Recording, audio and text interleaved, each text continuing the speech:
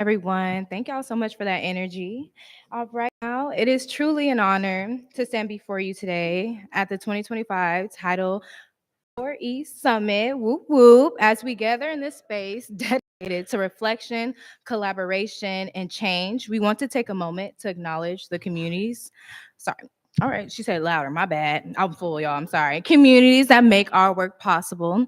Like she said, my name is Brianna Moore. I am a part of the student representative committee for this event, and we also want to recognize the child welfare professionals, caregivers, advocates, and individuals with lived experience who are here today.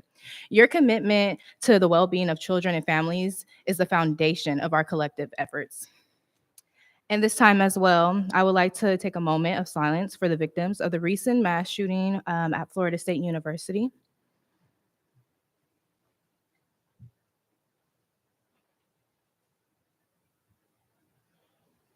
As we come together, we must also acknowledge the devastating impact of the recent wildfires that have swept across Southern California. These fires have not only displaced families, but have also deepened the vulnerabilities of the children in the communities that we serve. In times of crisis, our work as social workers becomes even more critical. We are called to provide stability, hope, and healing in the face of uncertainty. This year's summit theme, Healing Together, the Road to Collaboration, Sustainability, and Well-being in Child Welfare, is not just a guiding principle, it is a call to action. Healing is not an individual journey. It happens in relationships, through shared knowledge, and within the systems we build together. Collaboration ensures that no family or child faces hardships alone. Sustainability reminds us that the work we do today must create lasting, equitable change, and well being is our ultimate goal, not only for the children and families we serve, but also for ourselves. April is also National Stress Awareness Month, making that the perfect time to reflect on the importance of stress management. Social work is deeply rewarding, but it can also take a toll. If we do not care for ourselves, we risk becoming wounded healers, unable to fully support the children and families who depend on us as we navigate today's summit. Please remember that self care is not a luxury, it is a necessity. This summit is more than just a gathering, it is a space for connection, learning, and renewal. Together, we have the power to challenge the barriers, uplift new solutions, and reaffirm our shared beliefs, our commitment to justice, healing, and resilience in child welfare. With that, I will now hand it over to my fellow workshop committee member, Cassidy Hall, to introduce our next speaker.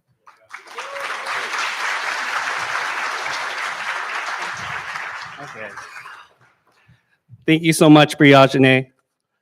Okay, everyone. Well, hi, everyone. Thank you all so much for coming in here in person and for those of you tuning in online. My name is Cassidy Hall, and I am a member of the 4E Summit Planning Workshop Committee and a Title 4E student at San Francisco State University.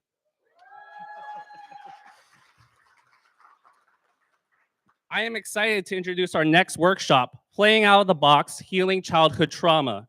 Today, we have the privilege of learning from Christine Mark Griffin, a dedicated clinician, educator, author, and advocate in the field of trauma-informed care.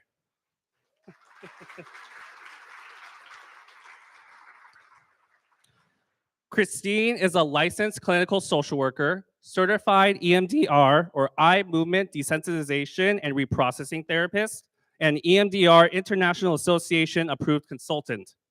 She is the founder of Spark All Wellness, a private practice specializing in EMDR therapy for children, clinician consultation, and trauma-informed training. With over a decade of experience spanning child welfare, juvenile justice, community mental health, and school-based services, Christine brings a deep understanding of complex trauma and resilience, and she is also the author of EMDR Workbook for Kids and the founder of EMDR for Kids.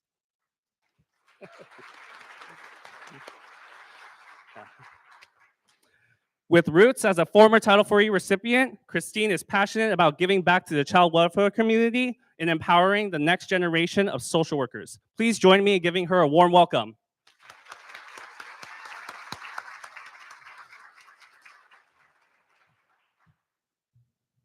Wow. Okay, welcome to, we're going to to explore a little bit together today and play a little bit together today. I haven't even tested out this clicker. Do I just press the green button? Okay. Hey, that's me. And you heard a little bit about me in my introduction. And, something that I will say is I was a Title IV-E recipient back in 2011, Cal State Long Beach. Oh, I'm excited. And I was in LA County, DCFS, for all my internships. So LA County, all the schools out here. And really today feels like coming back home. Even though I've accomplished all that up there, this is really, really coming back home and coming back to the roots. By just show of hands, how many of you in your courses have learned about play therapy? Okay, all right. That's a great number of hands in the room, because I don't think there were that many classes back a decade ago. And it was really, really surprising to me because we work with children. And children, their main language is play. And if we don't know how to play with children, then we're not going to be able to help them heal at their full capacity. So today, we're going to play a little bit. We're going to cover some of these learning objectives that you see over here on my left and right. And I hope to sprinkle in some interventions that you can take into the work that you do in the field with children and families, as well as take some of the material today for yourselves, for the self-care that you completely need if you're going to keep going in this field. All right. So I'm going to have you reflect for a little bit. You can keep your eyes open. I also invite you to close your eyes. Well, what is your play story? What was your play area like? What kinds of toys did you play with? What did you like to pretend to play? What were the popular toys? What were the popular games?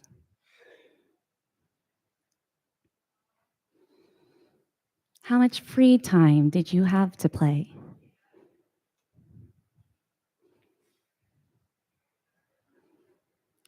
Do you have any memories playing with friends, with siblings, with cousins?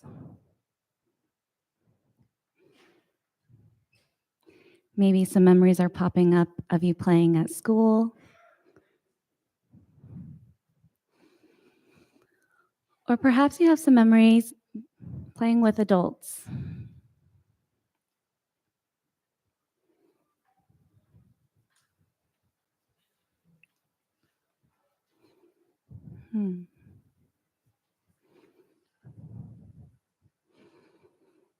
And when you're ready, just being in your play world for a moment, come on back. Open your eyes. And I want you to just check in with your body right now. And what sensations are you feeling? Because I want to acknowledge that not every single person has a nostalgic, fun, playful, happy, full of sparkles play story. And if you feel any certain way right now, maybe you're tapping into some of that pain, some of that hurt, and some of that grief. That maybe your play story wasn't quite what you would hope for it to be.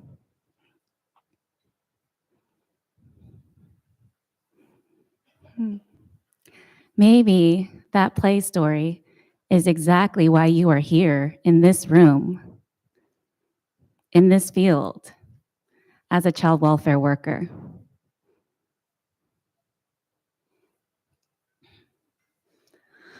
I'm going to ask you this next question. And although I am in private practice now and I have a group practice where we work with children with complex trauma, I understand that play therapy is sometimes for the ones who can afford it, right? These lovely play therapy rooms with all the play therapy toys. And I think about the privilege of play. If you reflect on the question of what kind of toys did you have and what kind of play space did you have as a child, and then you think about how much time did I even have to actually use my imagination and play? Because if you had a challenging story or some bumps in the road to lead you to where you are today, I bet maybe you had to use your imagination a little bit to get some playtime in. Or maybe that playtime might have been non-existent.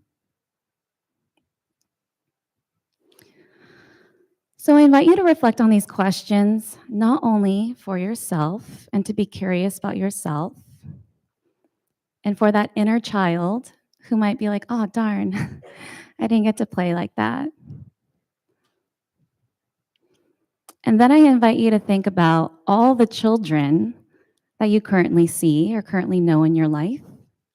What would they say about their play story, especially the kids we work with in the child welfare system? But I'm going to even have you go beyond that. What about their parents and their caregivers?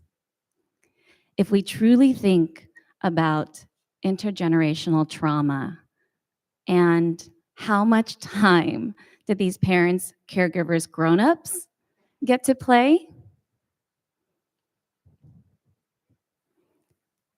It takes it to a deeper level. So the other thing I want to really point out in the privilege of play, especially in childhood, how many of you have worked with kids and they come in and they're like little grown-ups? Raise your hand. They're like, there's a 5-year-old in front of you and they're completely parentified. I wonder how much time they get to play and use their imagination and pretend to be a unicorn. Not very much. Not if they have responsibilities, not if they have to take care of things, not if they are in survival mode, right?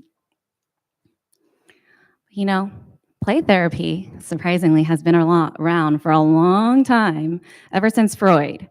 And for those of you who have had the opportunity to take any play therapy courses, there are actually tons of play therapy theories out there. And what I will say is there's probably a play therapy theory for everybody in this room. You don't have to use one single thing. There's no one right way. When I was first learning play therapy, I'm like, gosh, I'm not even playing right. How do I play? What do I do?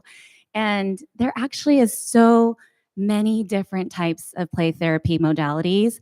So my hope for you today is to start thinking about how do I sprinkle play therapy or playfulness into my interactions, into my work with children, even in the child welfare field, without any fancy offices, any fancy doll houses or toys or sand trays or all those fancy tools that are amazing if you have the chance to ever utilize and get in that type of space.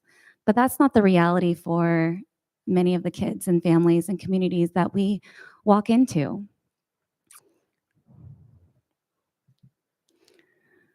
Here's what I really want you to pay attention to, because it doesn't matter what play therapy theory you might think is a good match for you.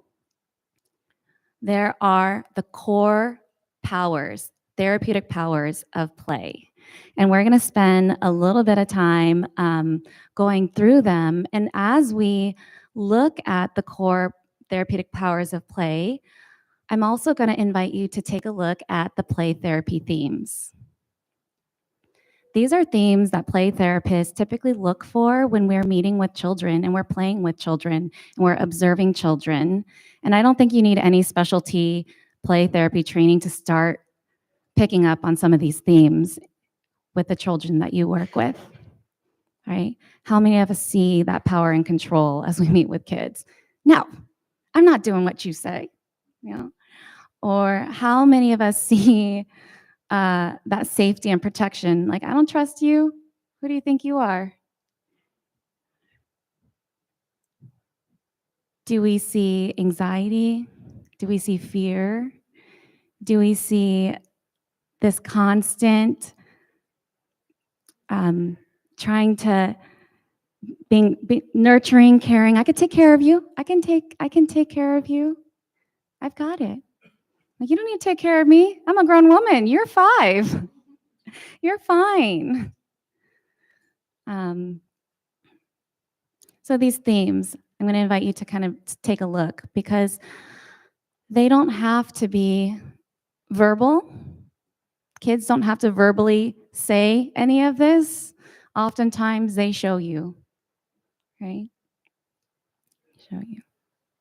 All right, so while no one is going to walk away from today as a play therapy expert, I will let you know this, that you'll walk away with at least knowing you could pick up on some of these themes and start walking in the right direction with some of those kids. All right, so any play therapy technique, we're always going to be doing this. Play therapy facilitates communication. Play therapy fosters emotional wellness. Play therapy enhances social relationships, and it also increases personal strengths. So this is for children, for play therapy, but isn't this what we want for ourselves?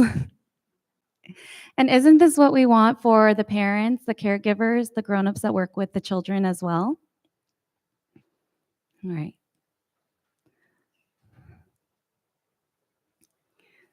So I'm going to invite you today. I went to a cycle class this morning, so I'm going to pull some energy from my cycle instructor, who was total party mode. She's like, "Let's go!" And she threw on Dochi, and it was awesome. But she said something that resonated with me this morning as I was on my cycle bike, and she said, "Are you showing up? Are you showing up today? Are you here? I know you're physically here on your bike, but like, are you here? Are you showing up?" And I'm like, dang, I was not. I am here. Okay, I am here. So, okay, if you were on your phone or like you're somewhere else, I am going to invite you for the remainder of this session to show up and to be here fully for your inner child, for the children that you're going to work with. And I'm also going to invite you to use one of these stems. I'm allowed to. I give myself permission to, or I can be one of these things or anything. Because we're going to get loud. We're going to do some movement. We're going to play. And I really want you to give yourself permission to play. The more you give yourself permission, the more the kids will feel comfortable to also allow themselves to give permission. There's a saying in therapy world, therapists like, your clients are only gonna go as far and deep as you have gone yourself. So show up, pick one. Let's play. So this first activity that we're gonna do is we're gonna really facilitate some communication. And I'm gonna decide if I want to say the story before or after. I think after. So this next activity, my goal is to build some rapport. My goal is to have you express yourselves. My goal is to encourage you to share your story. And maybe learn something, but I'm actually going to have you do a silent activity. Are you ready? Okay. If you're ready, I'm going to invite you to stand up.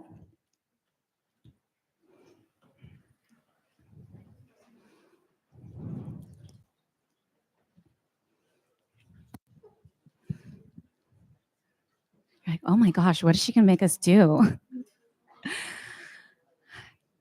All right. This is going to be a low, like a small ask. All you're gonna do is walk from one side of the room to the other. I'm gonna read a series of statements. And essentially, I'm gonna say this side of the room is like all the way true, 100%, yes, me. That is me. Middle of the room is like, I'm neutral. I don't really feel either way about it.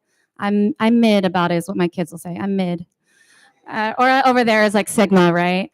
And then all the way over here is like, oh, no, not me at all. That is, I don't know what a new slang word is for not at all. You tell me. All the way over there, not me at all. If you are virtual, you're going to have a scale of 0 to 10. 0 is, I don't agree with this at all. 10 out of 10, yes, that is me. Are you ready? I'm going to give you a couple more rules. Silent activity. I know you're all here with your friends. I heard you all yell and whoop, whoop. Like, yeah. Okay, so it's silent activity. So you're not going to be like, what? Seriously? You're also not going to give that eye, like, really? All right, try your best. I know. Try your best. Silent activity. Use non-judgment for yourself and for others. I'm going to give you the choice to not answer some questions if you don't want to disclose anything. You can just stay where you are. Okay, so you have those options. Question number 1. I love chocolate. Virtual audience 0 to 10. Silent activity, walk to the part of the room. All the way over here to my right. Not at all. All the way over here.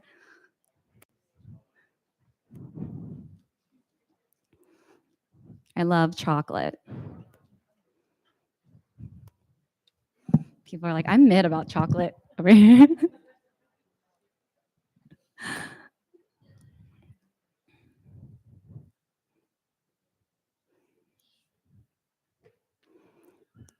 Take a moment, silent activity. Just notice. Question number 2. I love being outdoors. I'm an outdoorsy person, 10 out of 10, 0 out of 0. 0 to 10 for that virtual crowd.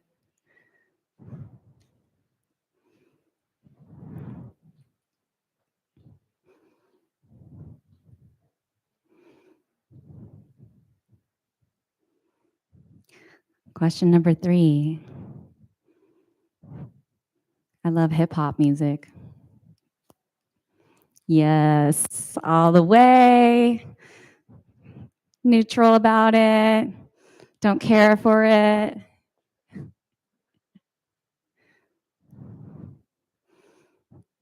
If there was a dance party, you wouldn't know what to play after this question.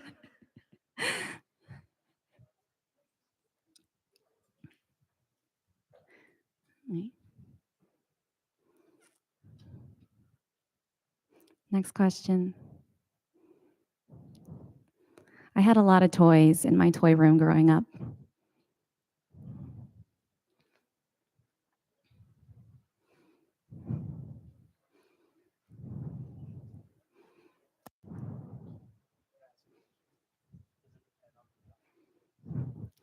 It could be general, yeah.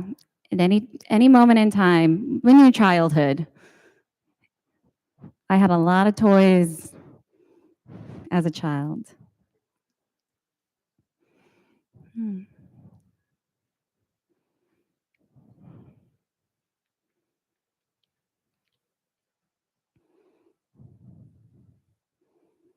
Take a moment to just observe, notice.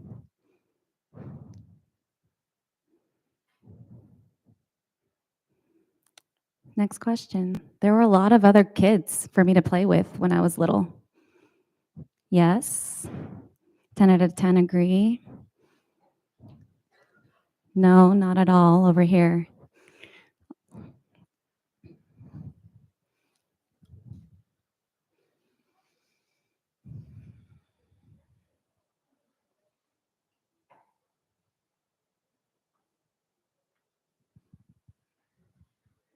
Just notice.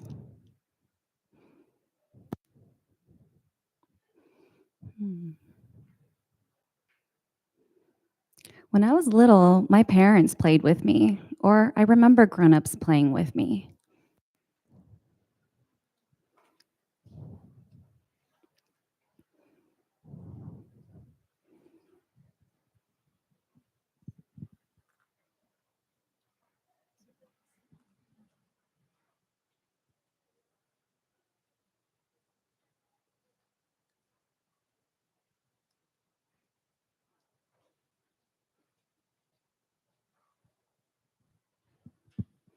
Just notice.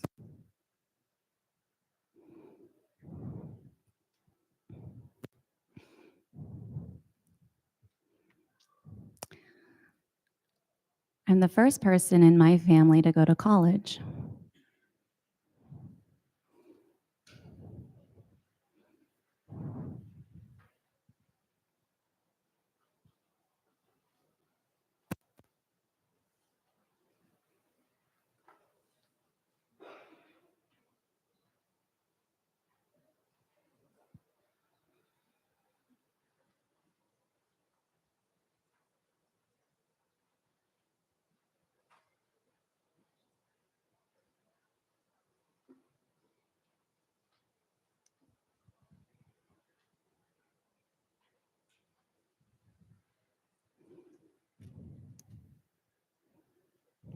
Just observe. I'm first generation. I am first generation.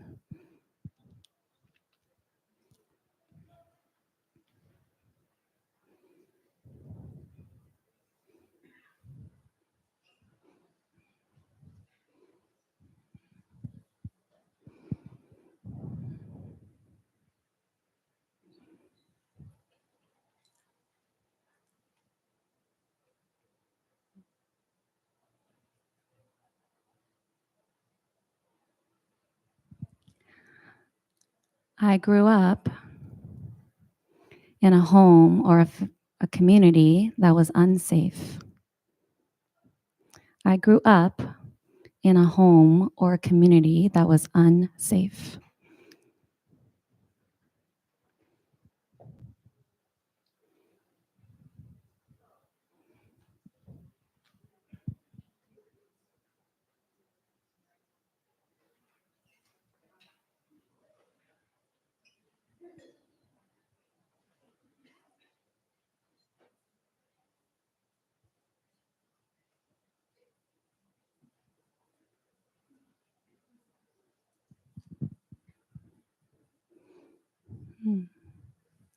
As a child, I was exposed to people who had problems with substances or drugs.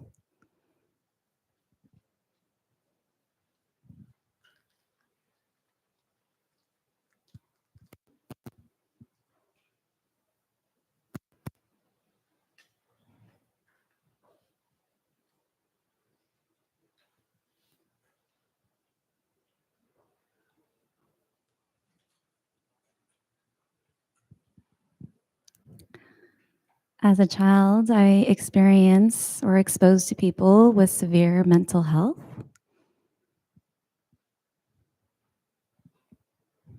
Yes, 100%. Moderate, mid, not at all.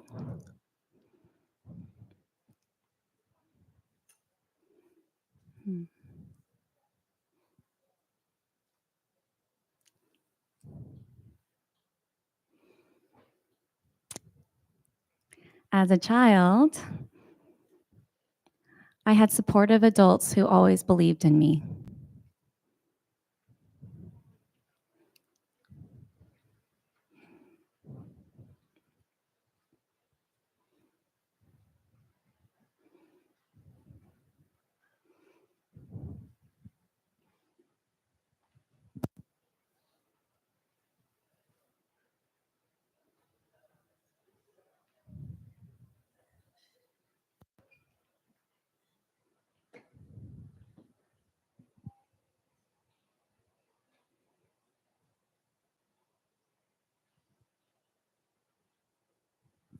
And here's your final question.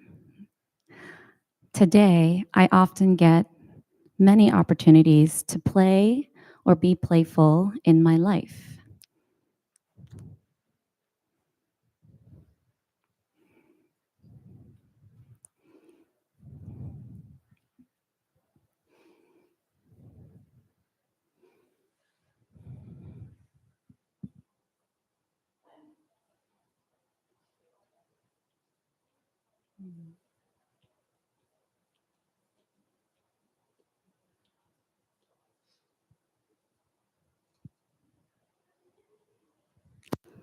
We got a lot of people playing over here. I love it. Being playful and playfulness in your life, you're going to need it. All right. Give yourselves a round of applause. Go ahead and find your seats. Make your way back.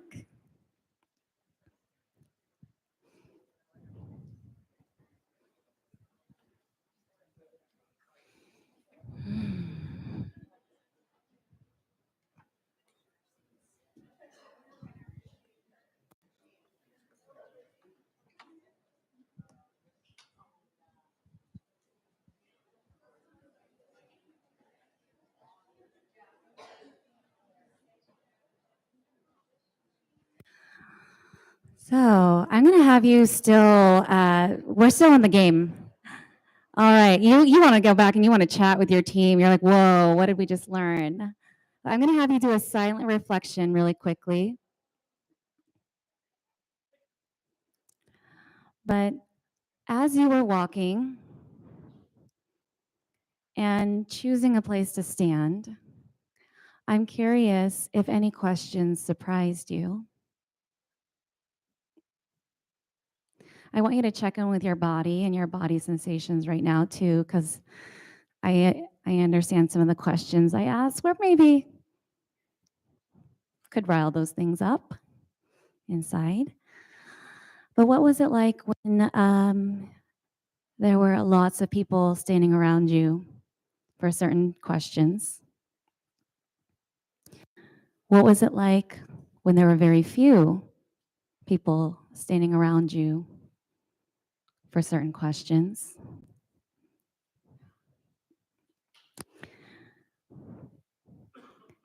How hard was it to answer some of those questions?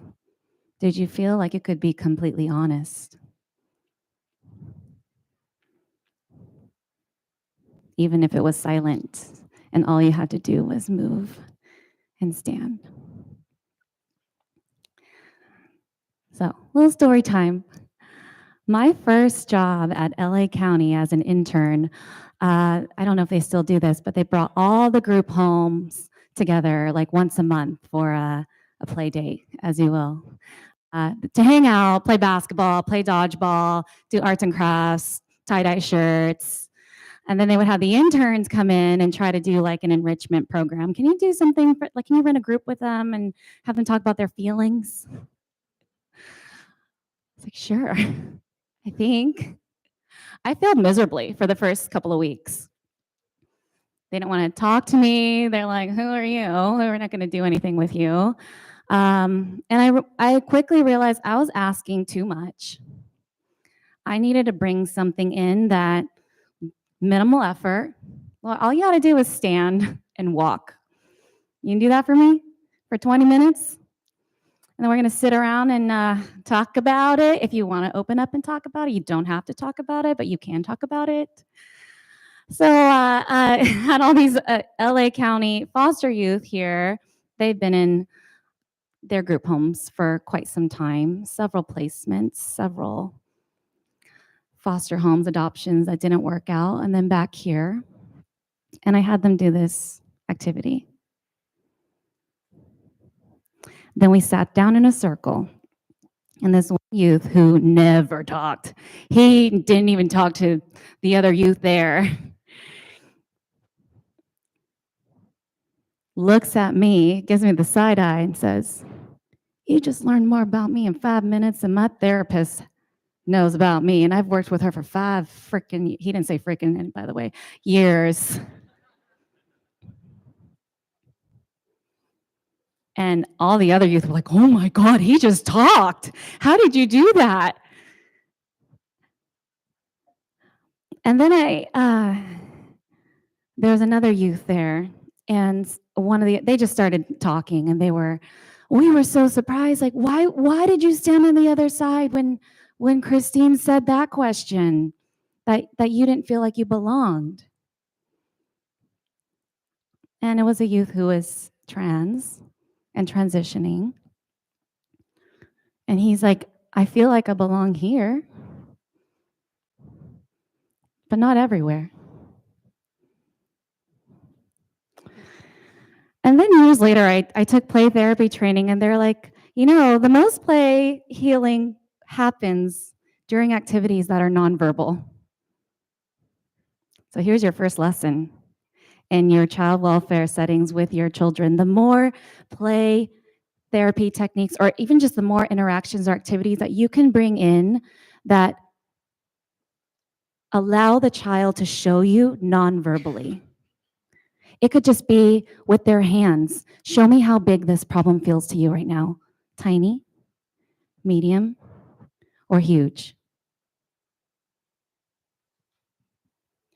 Because what we know with trauma is that children who've experienced complex trauma, speech and language are delayed. So it is unfair for us to sit down and expect them to have a little conversation with us like an adult and share about their trauma narrative if they don't even have the words to explain the hard thing that has happened or is happening actively. So I invite you, this is just one game.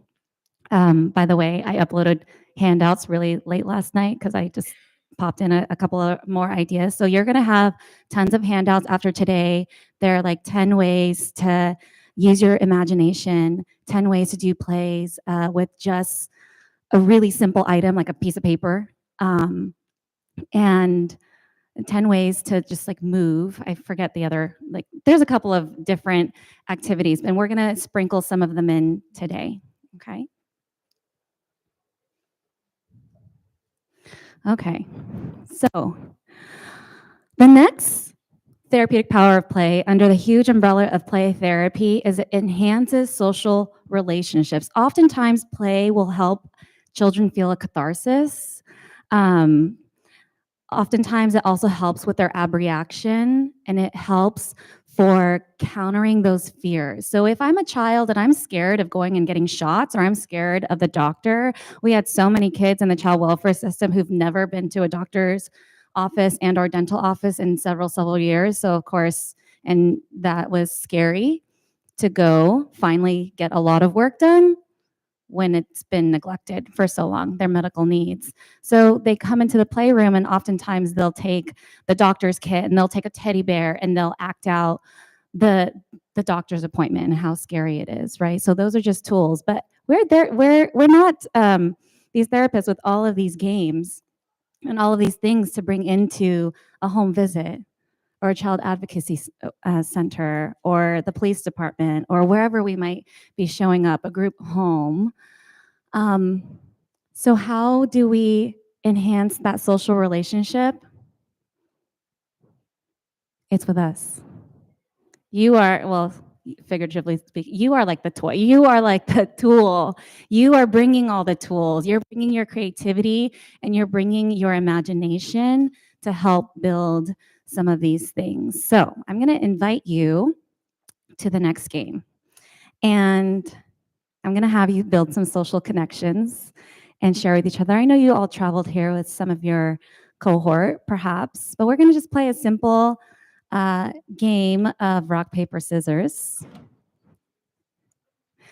And you're going to go around, find a partner. You're going to do rock, paper, scissors. Whoever wins, whatever you win with, whether it's a rock, paper, or scissors, you're going to take a moment to share.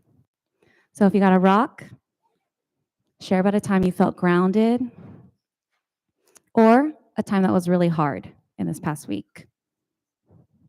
Right, so you got a choice for positive and negative there. Paper, share about a time you felt really creative or about a time you felt crumbled this week. scissors.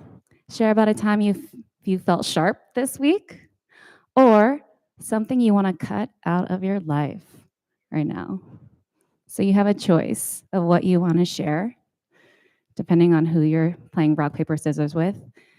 I'm going to give you about 5 minutes to do this. If you're online, of course, you can't really play rock, paper, scissors with each other, but I'm going to have you pick one or two of these to put in the chat. All right. So virtual audience, put it in the chat.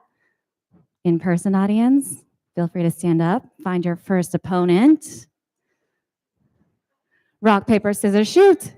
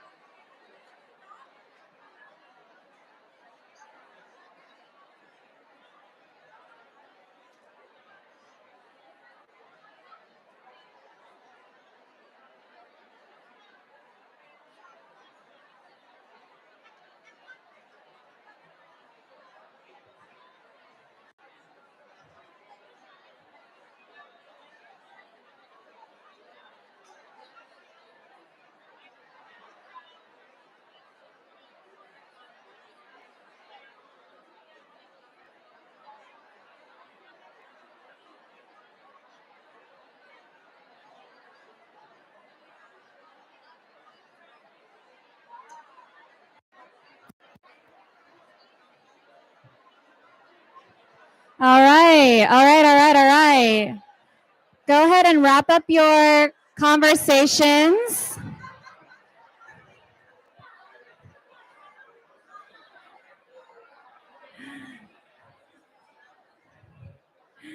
Come on back. Come on back.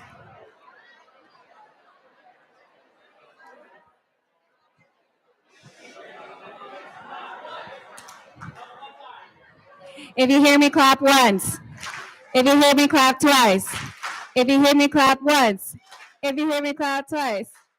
Hey, you guys got some rhythm. Can you tell I worked in schools? Ooh, silent coyote. All right, I love seeing the smiles. I love seeing the competition. Oh, I lost. I'm going to share. What am I going to share now?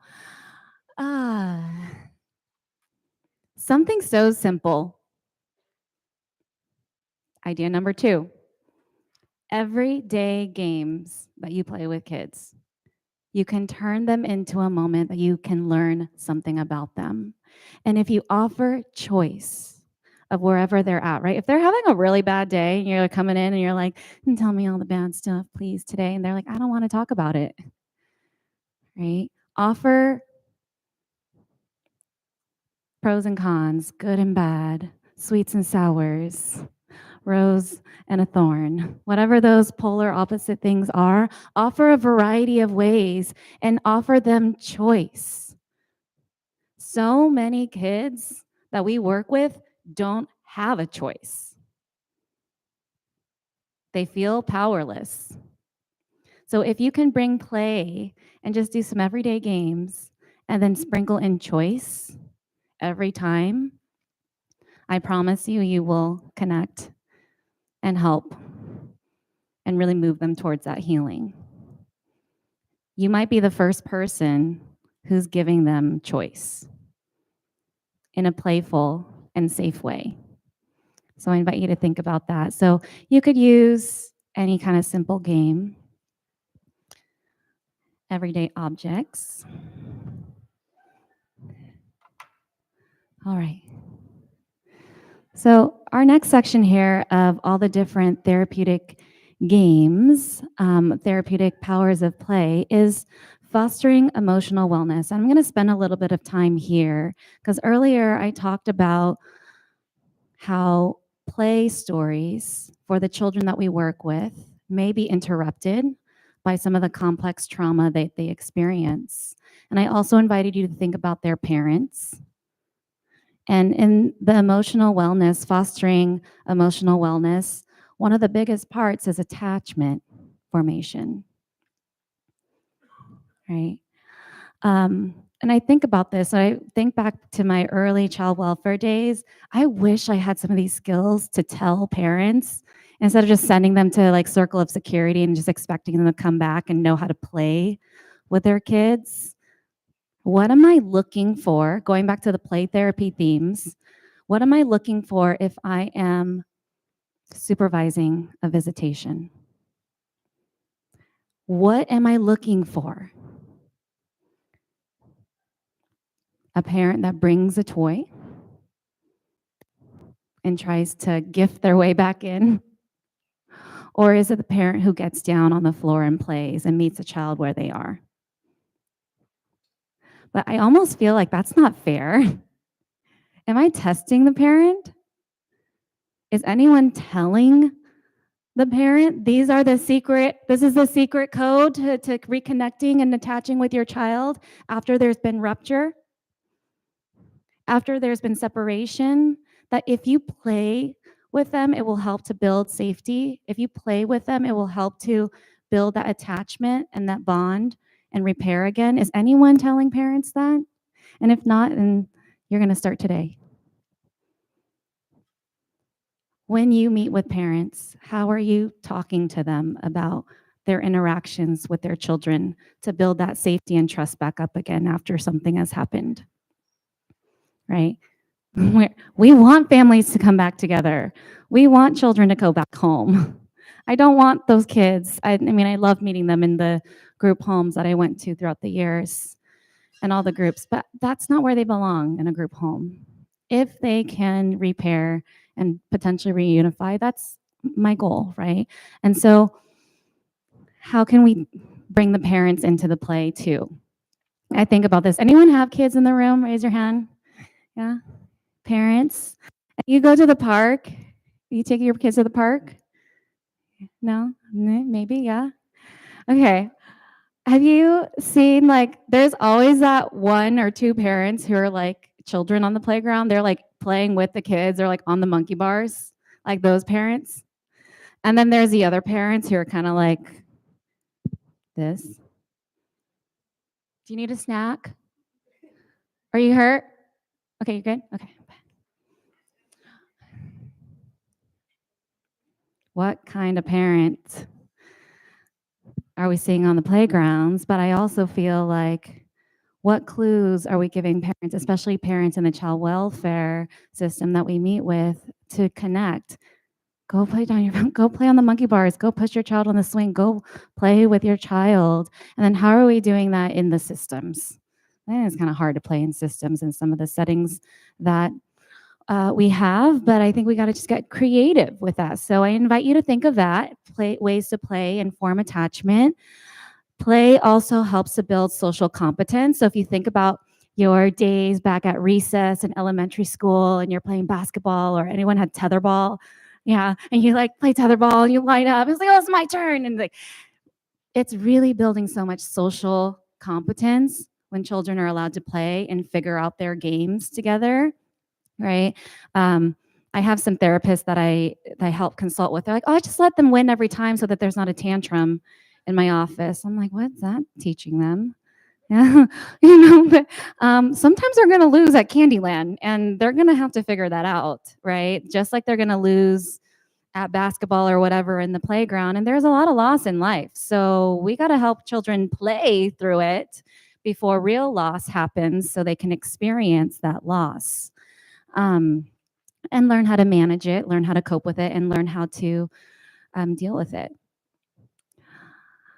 Play in emotional wellness helps children to build empathy for one another, for each other, for the world. It helps them also develop a moral compass, like what's right and what's wrong. Is it okay if I cheat in this game because I really want to win, or is that actually not cool? Not too Sigma of me to cheat. Right? And also play will help with that sense of self, building your identity, right? What do you like to play? If you even imagine what you like to play with, there's some kids who are like super into Pokemon cards and all of the anime and all that stuff, and that really fed into their identity. And then there's other kids who are more athletes and wanted to play sports, and that fed into their identity. So play feeds into so much of our identity. And if you think about the way you play now, like I was playing and dancing on a bike this morning at my cycle class, the way that adults play is different now. It might not be playing Twister or Candyland, but we play in different ways now, and really thinking about that and how do we integrate that into the work that we do. All right, so I'm going to have my helpers pass out some balloons. So we're going to do another game and activity with balloons. I hope there's enough balloons for everybody. And I apologize if you don't get a balloon, but we're going to just take some time to...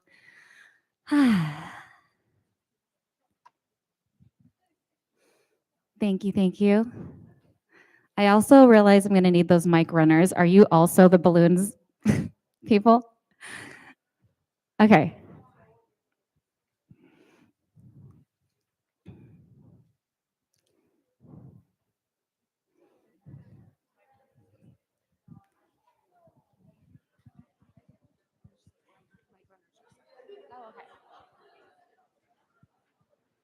Thank you. All right, so we have some students passing out some balloons.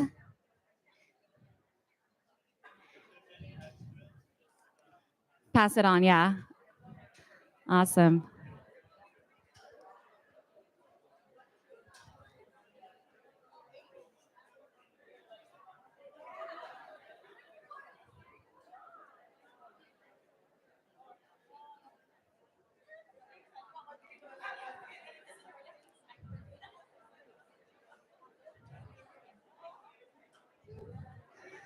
All right, balloons are coming around.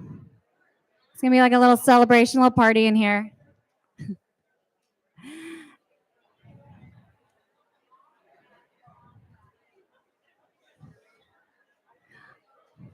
All right.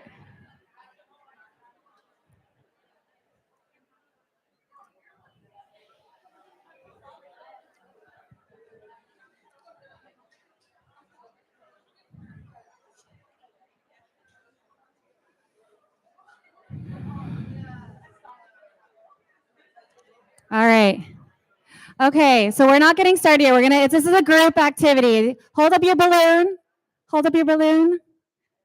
All right. This balloon is going to be holding our stress for the next couple of minutes. We're just going to let it out.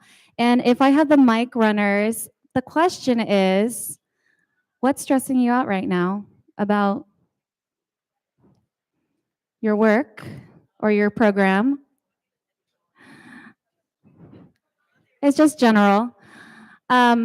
And if you agree with whatever someone says, you'll blow in air into your balloon for however little or big that stress is. Make sense? Okay. So raise your hand if you want to, this is group activity. Raise your hand if you want to share something stressful. All right, we got someone over here. What's stressful?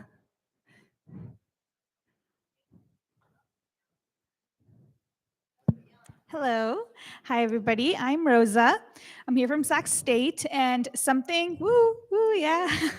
And something that is stressing me out a lot right now, which I think we can all relate to, is summer finances, because, you know, we get All the right, last blow some air in stipend your May. balloon. Yeah, blow some air if you're stressed out about summer finances.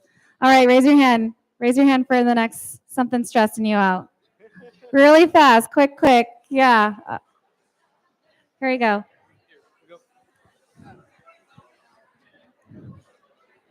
So can you hear me? Yeah, it's gotta be real close. Got it. Okay, so something that's stressing me out right now is the drive back home. The drive back home. Put some air in your balloon if you're stressed out about the drive back home. Raise your hand for the next stress. Hi everyone. My name is Brandon Nguyen from Cal State LA, and the big stressor for me is my capstone project. Capstone. Put it in. Put that air in. We got some hands over here for the mic runners. Oh, go for it. Go for it. Yeah.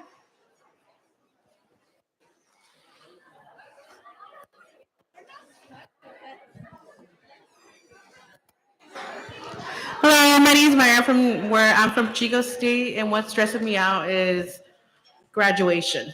Graduation. We had some more hands over here.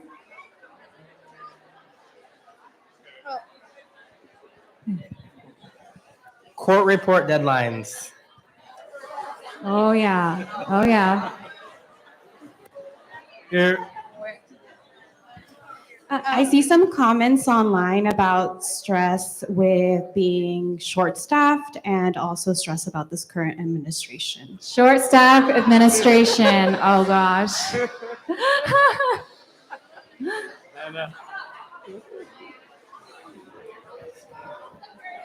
Hold up your balloons. Hold up your balloons. Hold up your balloons. Just notice all the stress we're carrying in this room. Just notice. And I'm going to invite you right now to let it go. Let it go. Let your stress go. Let it go.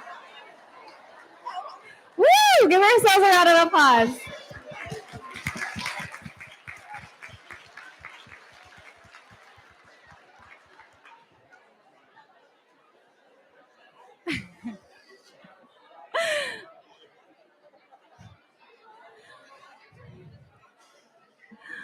If you hear me, clap once. If you hear me, clap twice. Wow. I wanted that to be a visual for you for how much stress we carry just in our everyday lives, as well as our life as a student, our future life as child welfare workers working in the child welfare field. And I want you to just look to someone and just let them know, like, you could just let it go. Take care of yourself. Don't take it home.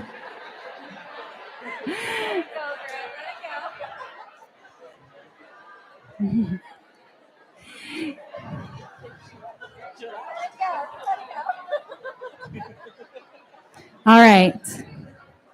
If you hear me clap once, if you hear me clap twice, we're at the final round here. So the last couple of things that play therapy really helps to enhance is our personal strengths. And we've done a lot of things today already, but the last thing here is really tapping into how we are cognitively and psychologically always developing, meaning we're always learning, we're always expanding. I think some of my best teachers are this big. They really are. When I go in and I meet with kids, they are my greatest teachers. Personal strengths includes our ability to be creative, not just arts and crafts. You're not like a Pinterest person and able to create things, but like creative in your thinking and your planning and just making things work out of nothing. It also helps us to feel resilient, helps us figure out how to cope. Play helps us with self-regulation, and it helps us with mastery. My kid is 4, and he did a 600-piece puzzle the other day, and I'm like, who are you? I don't think I could do a 600-piece puzzle right now if you gave me one. So creativity. What can we do with a piece of paper and play? An airplane. What else? Origami. What else? A journal. What else? Draw. The 3 houses. Oh yeah, everyone knows that one. Rip it. Crumble it. Make it into an envelope. Throw it away. Basketball. A love letter. Look at how creative you all are. I love it. This is my favorite one right here. I typically will tell kids, this is a magic piece of paper, and it's gonna actually suck all like those bad memories out of your brain. So let's just balance it on our head. Oh, it's absorbing all of your, oh my gosh. Do you see the magic paper doing all that stuff? Whoa, you have a lot of stories. Okay, take a look. Do whatever to the paper that you want for these bad stories, these bad memories. And then kids will throw it on the ground and stomp on it, rip it, crumble it up, throw it in the trash. Just a piece of paper. So I say that to encourage you to be creative. But the last little activity that I want to do with you today really comes from Bruce Perry and a lot of the research around Bruce Perry and Dan Siegel about rhythm and rhyme and how that builds resilience. So we're going to do we've done a lot. Actually, I had to do that clap once, clap twice thing. We're going to do a little bit of that to wrap up, and we'll divide and chant some words. But rhythm helps and rhymes help kids heal. This is why nursery rhymes and Cocomelon's so popular. So I'm going to have this side of the room. Your word is going to be social. And this side of the room, your word is going to be work. So we're going to chant social work for this last minute here. And it's going to be to the rhythm of We Will Rock You, right? So instead of that clap, you'll say social, and then this side will say work. You ready? Let's just get the rhythm first.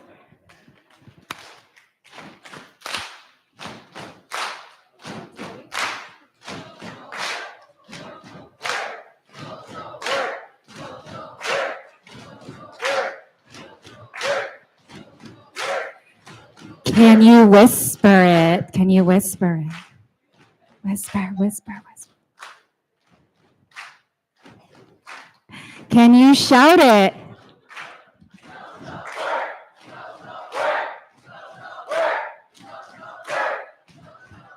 Woo! All right, give it up. Put your hands together.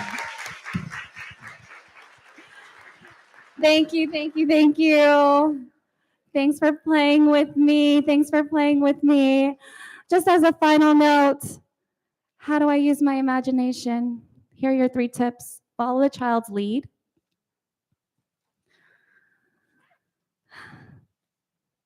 Create spaces for which they can share their stories.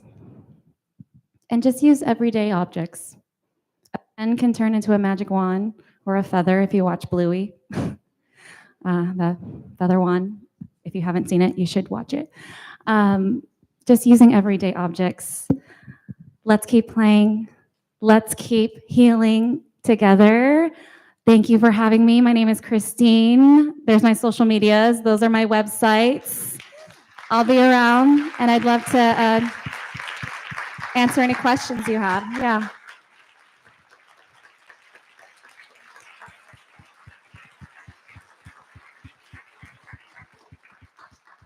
I think there's time for questions, so happy to answer any questions if anyone has any. I'm about to get so many followers. My kids are like, "Are you an influencer?" No, I'm a social worker. I have a question. So how do you perform EMDR in children compared to adults? With a lot of imagination. What objects do you use? Well, I have an 8-hour course if you want to come. There's so many ways. So EMDR, for those of you who are not familiar, is eye movement desensitization reprocessing. The difference, I'll give my child version, quick version, between children and adults is really we adapt it to be in a child-friendly language, and we use objects, toys, games that are age appropriate for the child to do bilateral stimulation. The difference between EMDR and other therapies is that you're asked to do 2 things at the same time. You're asked to focus and work on the problem that you want to work on, and you're asked to do something called bilateral stimulation, which is back and forth movement. It was first discovered that if you moved your eyes back and forth really, really fast while focusing on a traumatic event, that it could help you reprocess and desensitize, meaning, those are just big words for you're not bothered by it anymore. So with kids, we use toys, we use tapping, we get up and dance. I have kids who put on Taylor Swift, literally shake it out, shake it off, and they think about their trauma and they put on Taylor Swift and they shake it out. And there's a lot of different creative ways to do it with kids. So yeah, if you're interested, lots more information on that on our website, and come get trained. Yeah, question over there. Yeah, we had a question from the chat. Sure. I would like to know how the most effective age range for play therapy, and does it work for kids above the age of 12? Absolutely. So play therapy is super effective, obviously, with children, early elementary school age children. But we talked about how many children don't get to play. I still see adults in my play therapy room today, and grown men. They come in and they're like, "Wait, why are you putting away the toys? Can I play with that?" So I would say play therapy works for all ages. There are lots of adults who enjoy sand tray and enjoy drawing and creative arts and maybe more mature play activities in the play therapy realm, but it does work for all age ranges. You just have to adapt it to work with who you're working with. I have another question from the chat. I think there's questions about specifically working with 14 to 18-year-olds. Like, how can you incorporate play therapy with them? And if you know of any other resources where people can find more ideas for play therapy. Yeah. So I really think it depends on your 14 and 18-year-old. That's a big range. 14-year-olds, you can have a 14-year-old going on 40 and a 14-year-old going on 4.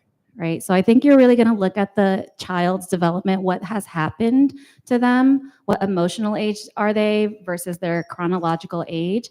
And what it comes down to for teens, what I find is what are they into, right? If they're into social media, if they're into TikTok, maybe I'm doing some game around that or some role play around that. If they're into Roblox, because what kids aren't right now, like maybe I'm pulling up some video games or making some video game analogies. With a lot of my teens, I get really creative with creating a Netflix series for them. Like if your life was a Netflix series, what would the title be? How many episodes would you have? What would the name of the episodes be? How many seasons would you have? And what's inside each episode? And they get real creative with that. And they essentially write their trauma narrative, but in like Netflix series, seasons form. Hi, I feel like you kind of already answered the question, but it was essentially how do you adapt the play therapy modalities to those children with higher needs who may be autistic or struggle with other disorders? Yeah, that's a great question because play therapy has like a huge range. And I will say that there's some play therapists who like love sand tray and like love like having all the miniatures. There's some therapists who are like get real messy, like lots of paint, lots of slime. I think every play therapist and every social worker, you're going to find what your comfort level is. You're not going to bring in sticky things or get games or materials or toys that you're uncomfortable with. I think you're going to get toys and activities that resonate with you. And as far as children who are on the spectrum or children who are neurodivergent, you're going to pay attention to what their sensory needs are. So if they need things that are more sensory and involve more movement and more pressure, then maybe you're integrating some of those activities versus kids who are like, no, that feels sticky. I'm not making slime. So I think you'll pay attention a little bit more to what their needs are. For my high energy kids, like I have to set up an obstacle course or like a relay race or just have high energy interventions because they're like bouncing off the walls and then they get bored. So I think you really have to just know your kids and plan on having a variety of things that will meet their needs. Any questions?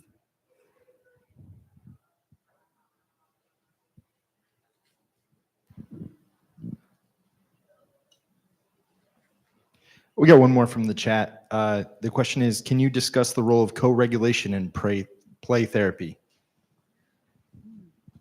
Co-regulation.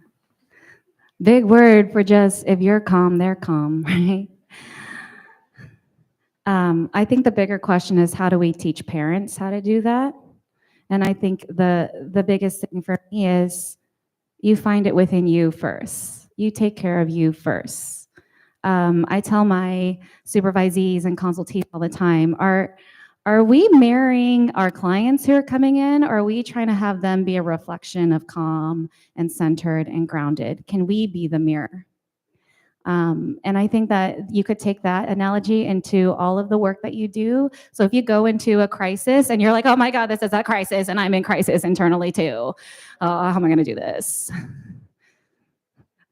They're gonna be like, you're freaking out. You're supposed to come and help me. I'm like, I'm in crisis. So we need to practice that calm and that centeredness and feeling grounded ourselves. And that's an art, isn't it? In social work, walking into crisis situations with calm, or at least some type of groundedness, because we're not exactly walking into the most calm situations. Yeah. So we do have time for just one more question because we're going to be out of here for 2:30. Any last second questions? Oh, sorry. So when's your next 8-hour course? And is it in California? Yeah. Well, I just finished my last 8-hour course last week, actually, in LA. And there was such a high, I would say, high demand for it that I am planning on coming back to LA to do the in-person training. The next on-demand training is next week or next month, I would say. You do have to get basic EMDR trained though, because I do advanced EMDR training. So that'd be my first thing. So I'm going to just put a plug here. EMDR HAP, if you're not familiar, that's a humanitarian assistance program. They are the nonprofit, and they actually train individuals in child welfare, schools, community-based agencies, and nonprofits in EMDR. And so I would say they are your partner in training, and I facilitate for them. So maybe I'll see you in a basic training at EMDR HAP if you sign up. All right. Thank you. I think there's a hand over here, but I don't know if there's time. I don't know where the mics are.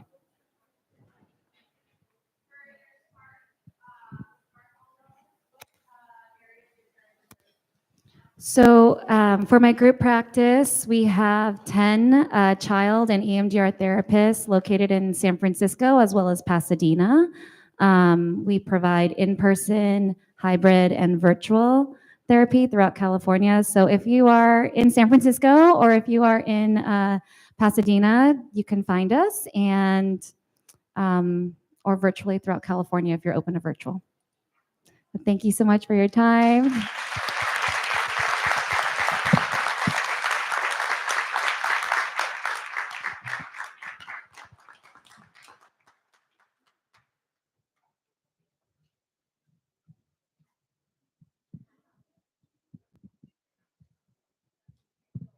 Hello, everyone.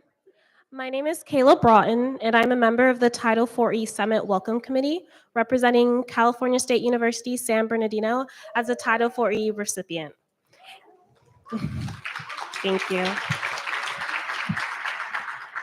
And I'm excited to be with you all this afternoon. I'd like to take some time to thank our presenter, Christine Mark Griffin, for their amazing presentation on Playing Out of the Box, Healing Childhood Trauma.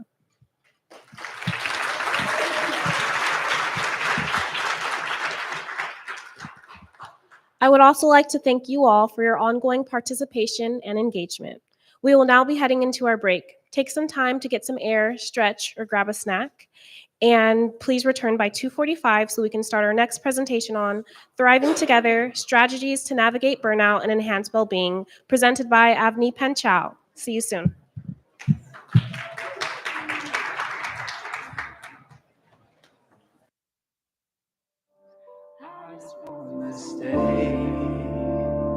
Stay and be whole.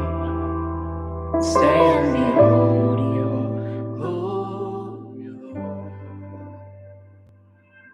And now that my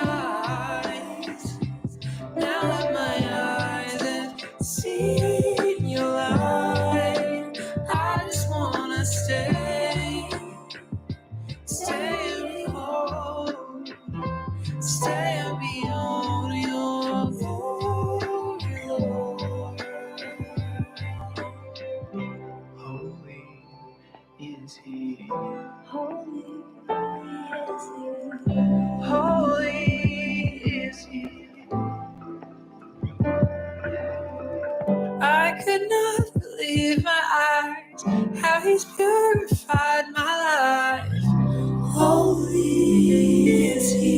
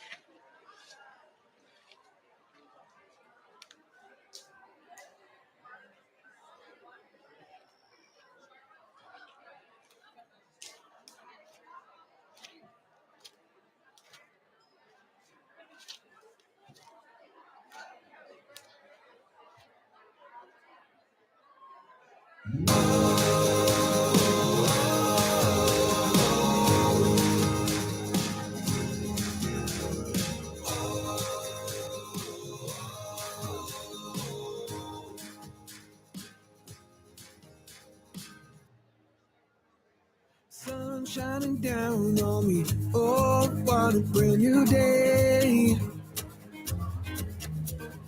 Nothing can bring me down. Nothing can get in my way. Sometimes it just so feels right in your life.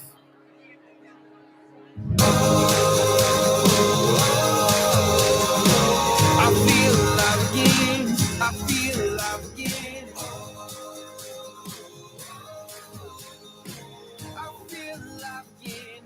I feel alive again. Something must be in the water, oh, to make me feel this way. I feel so good, I don't think words could ever explain. Oh no. Sometimes it just so feels right in your life.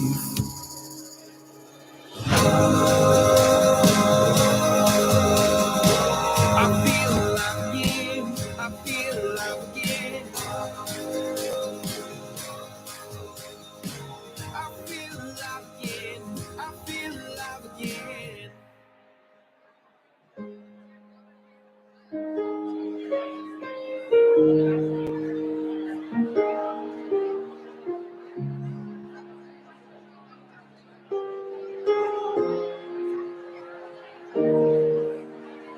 I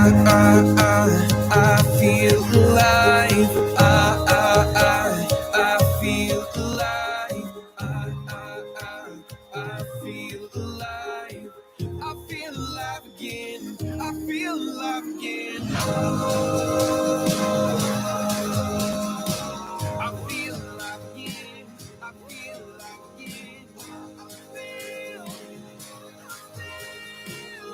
feel alive again. Hello? Hello, hello.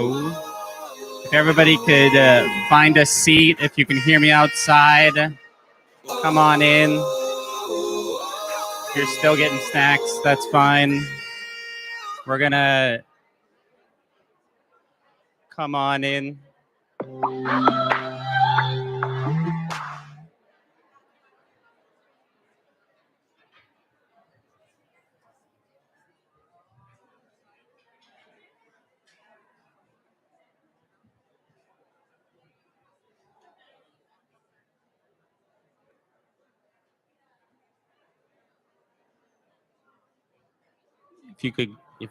We're gonna about getting ready.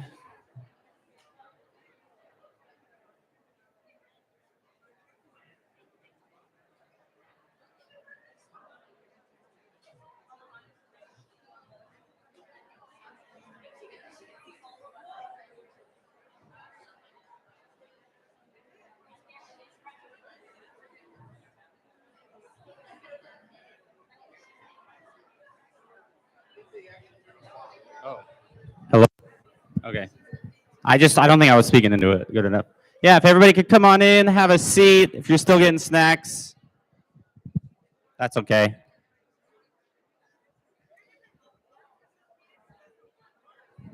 It says a different room. Yeah, it's this room. It's this room. It is it?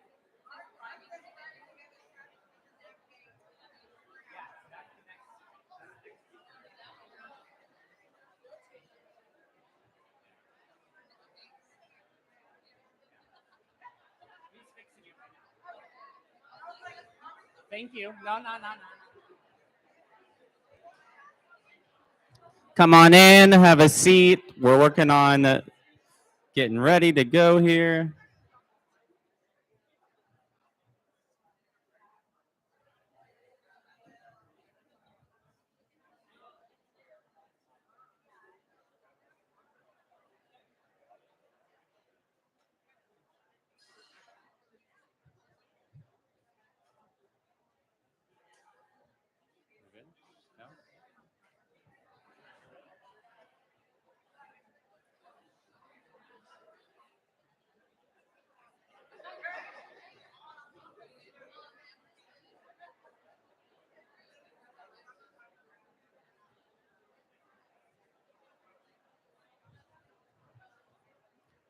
Okay.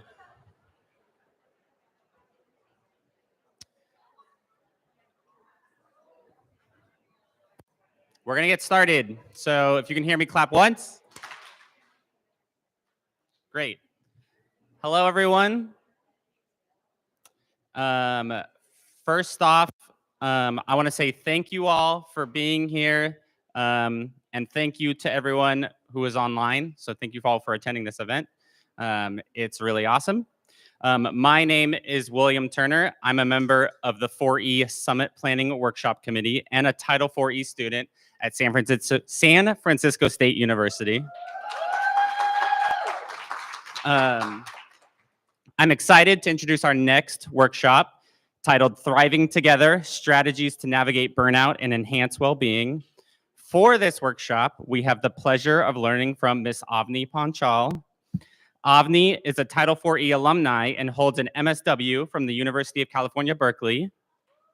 Avni subsequently spent 10 plus years working in child welfare. Avni currently holds a pupil personnel services credential and is a licensed clinical social worker. Her current work involves operating her own private practice, offering individual and couples therapy, along with coaching services focused on empowerment and relationship development. She officially trains child welfare workers and mental health professionals across multiple regions, and she is an instructor in the social work graduate program at San Francisco State University. Yes, she is committed to fostering a learning environment emphasizing strength-based approaches and cultural responsiveness. Please welcome Ms. Avni Panchal.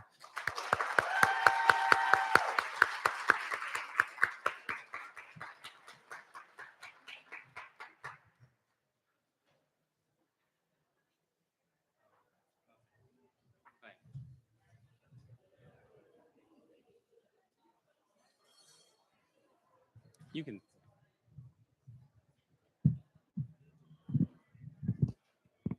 All right, y'all. I'm the last one. Good afternoon. Happy Friday. We're going to take a minute for some wonderful tech issues because, you know, life. And then we'll get started. How many of you, while we're waiting, how many of you have experienced burnout? Okay. All right. I got a few. So if I were to scale it, and I walk around, so I will use the podium, but I will walk around. So if the scale is 10, 10 being like I was burned to a crisp, and 1 is I'm just learning to be in burnout, what's the number? 10. Burned to a crisp. Okay. 7. Okay. 5. 2. 12. That's not even on the scale. Okay. Who else? Over here. 6. Okay. We're getting there. Not that I want you to get there. Okay. And then while this PowerPoint is coming up, who are my students in the room? Who are my first years in the room? Okay. Who are my second years? Y'all got senioritis already? Yes, I know. Couple weeks away, right? Who are my project coordinators in the room? Ah, lovely, lovely, lovely. Any child welfare workers that are here? Okay. Any supervisors? Okay, I like my child welfare supervisors. We're going to talk about that too. Anybody that I missed? Lectures, adjunct professor. Yes, we got a couple. Okay, all right. Okay, yay. Okay, awesome. Okay, I can get started. Okay, so we're going to move through these slides. I had this lovely imagination that I'm going to be able to go through 30 slides, so we're going to see how far we go. But I tried to put as much as I could. In the box link, you all have my PowerPoint slide deck with the notes page, and then you also have 2 one-pager studies that I'm going to refer to, okay? So this is Thriving Together, and just some community agreements. Not that I need to have community agreements, but just, you know, I'm a big believer in just setting up some ground rules because it's important when we're having this conversation. we want to have some ground rules. So be respectful of each other, be open to others' perspective. And if you're going to share some things, I will ask some moments where I want you to share. So utilize your I statements. We all know in social work our lovely I statements. Yes, yes. Be an active participant and feel free to use chat for my live audience. And I will try to get to your questions as much as I can. I know there's folks that are going to be running around and tell me any comments in chat for sure. So I will make every effort to answer your question. And then because we're talking about burnout, please take care of yourself. Water, bathrooms, you all know where everything is. So please take care of yourself. So these are some of the learning objectives that I hope to get to. I really want to talk about secondary traumatic stress. How many of you have heard of this? Awesome. Okay, we're going to talk about secondary traumatic stress. I also want to talk about the cultural implications of productivity. That is one that I struggle with, and I know I am not the only one. I see you nodding. I am not the only one that struggles with that. So we're going to talk about that. And then we're going to talk about boundary setting. How many of us are like, I'm a pro at boundary setting? Okay. Y'all got to talk to these people in the back. Okay. But I want to make sure we talk about boundary settings and then manage our time and then learn several ways for self-care. Now, I will say, most of this is going to be like friendly reminder. I'm not giving you any miracle drug or pill or like fascinating strategy. These are going to be things like, I should do that. So just keep in mind to like lower your expectations. It's not going to be this grand thing that you've never heard before.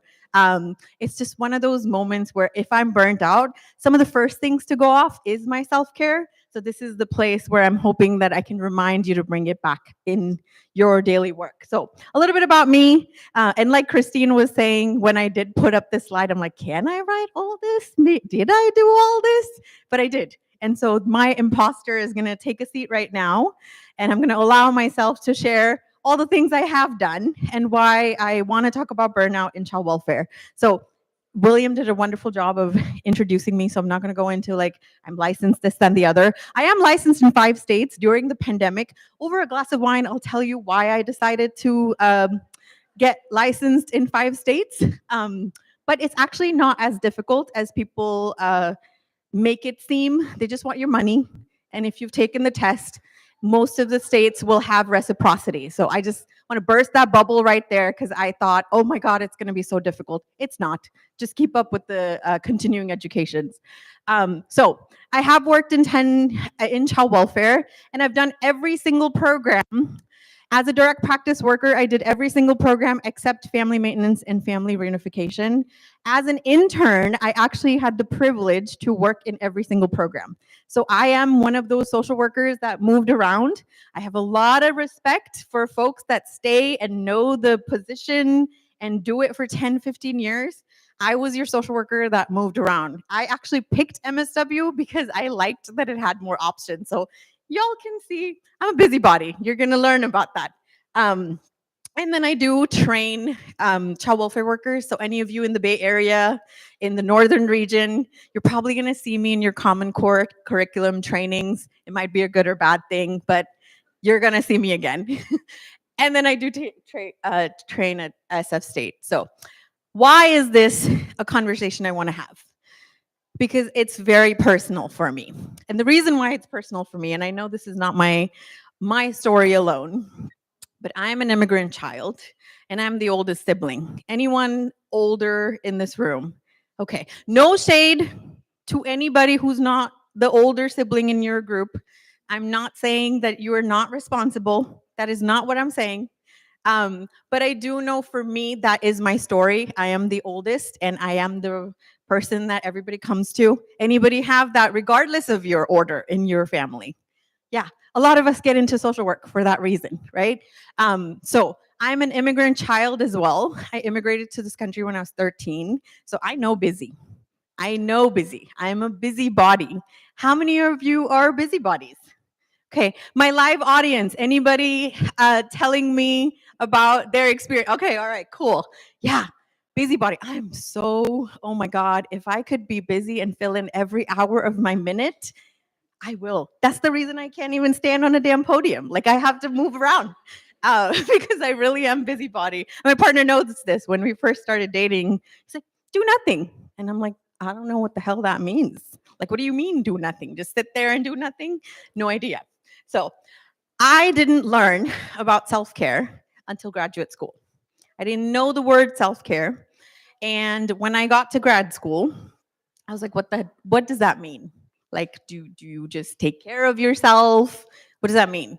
And especially as a person of color, I was like, what does that mean to take care of yourself? No one's ever told me to take care of myself. Everybody's told me to take care of everybody else except me. So this was something that I really had to learn because I wasn't taught about self-care. I wasn't taught about boundaries. I wasn't taught about self-compassion. And so my very first year, being the super social worker that I imagined to be, I said yes to everything. How many of you are in that position? Saying yes to everything. Yep, see, I got y'all. I know. I got sick out of exhaustion. And I had heard about people getting sick of exhaustion, but I was like, I'm healthy.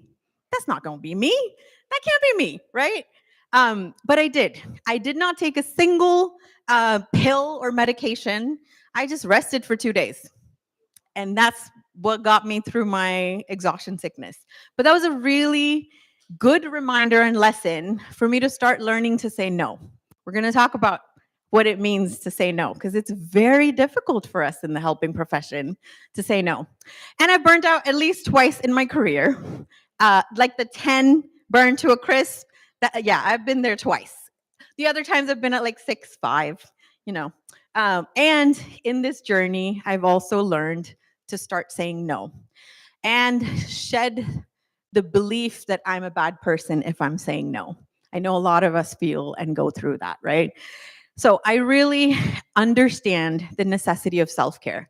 Back in 2017, when I was like imagining that I could do a million things, which I still kind of do, but I'm really boundaried now. I was working 60 plus hours for 7 to 8 years. That means I had my full-time child welfare job and I had 2 other part-time jobs. Yes, I did. I really did. And I thought I could do it all. The reason I actually didn't burn out was because I didn't know I was doing this back then, but I actually had set boundaries that I didn't realize I had. Like no one could have told me back then, how are you doing it? Until I actually slowed down and realized. So Sunday used to be my day where I wouldn't work. So I worked Monday through Saturday, but Sunday I did nothing work related. It was my personal day, and it was the day that I did anything I wanted. That's what kept me going. So when I say it's personal for me, I'm telling y'all, I've burned to a crisp and I've worked my butt off when I really could have slowed down. So I really want to have this conversation because I know it's personal for others as well. So let's take a poll with a show of hands. Which one of these, and I know I'm asking for just one, because I know the minute I put this slide, y'all are like A, B, C, D, and E. Which one of these do you struggle with the most? So A is setting boundaries and saying no. B is prioritizing rest and sleep. C is engaging in hobbies or enjoyable activities. D is seeking support from others. And E is practicing mindfulness or relaxation techniques. So if you were to just pick one, and I know I'm asking just one, who are my A's? Okay, we got a few for setting boundaries. Anybody how is the conversation on the live? Because I would love to know if they're putting anything in chat for A's. We got a couple? Okay. Prioritizing rest and sleep, B. Yeah, that also falls off when burnout happens. Any B's on our live stream? We got a couple, okay. What about for engaging in hobbies or enjoyable activities? Yeah, that's also something that falls off when I'm burnt out, because we think I don't have time, so the thing that I need to drop off is the thing that I actually enjoy. It's actually the thing that's going to keep you sustaining, but we think that's the thing we need to drop off. Any on for C in live stream? We got one, okay. Seeking support from others. How easy is it for, okay, yeah. Asking for help. We love telling our families and youth, please ask for help. And then we're like, yeah, but not me. You, not me, right? So absolutely, that's another one. Any D's on the live stream? We got a couple, okay. And then practicing mindfulness or relaxation techniques. Yeah. How many are familiar with mindfulness? Yeah, we're going to talk about mindfulness. It actually really changed my life. And as a busybody, I was like, you mean just sit here and do nothing? Like, okay, I'll try it, I guess. So I want to talk about this idea and this notion of moral distress. How many of you have heard of this term? A couple of you. Okay, so there's been research done. In your box link, you have a one-pager that's going to show a little bit more data from this. So this was a study in 2020, and they did surveys with about 1,879 social workers across United States. So it wasn't just specific to California. And they first defined what moral distress was. So moral distress is when, as a professional, you know the ethically appropriate action that you want to take. But you can't take that action because of internal reasons. Maybe there's fear, maybe there's guilt, maybe there's shame, something internal. Or for external, your institution doesn't allow you to do it. There's an agency policy that's against that, that you cannot act on. And so they asked, defining that being the moral distress, they asked individuals, how many of you have experienced moral distress? And out of the 1,879 public child welfare workers, about 60% said they have. How many of you, and I'm going to ask a question later about how many of you have experienced that, so keep that in mind. Of those individuals, for the 1,800 folks, more than 40% reported that their job required them to do things against their better judgment. What this leads to, and you all will not be surprised by this, is low psychological safety. And when I say psychological safety, I really mean your ability to take risk, your ability to feel like you can speak up in an organization and not have consequences that are negative by your organization or by your management.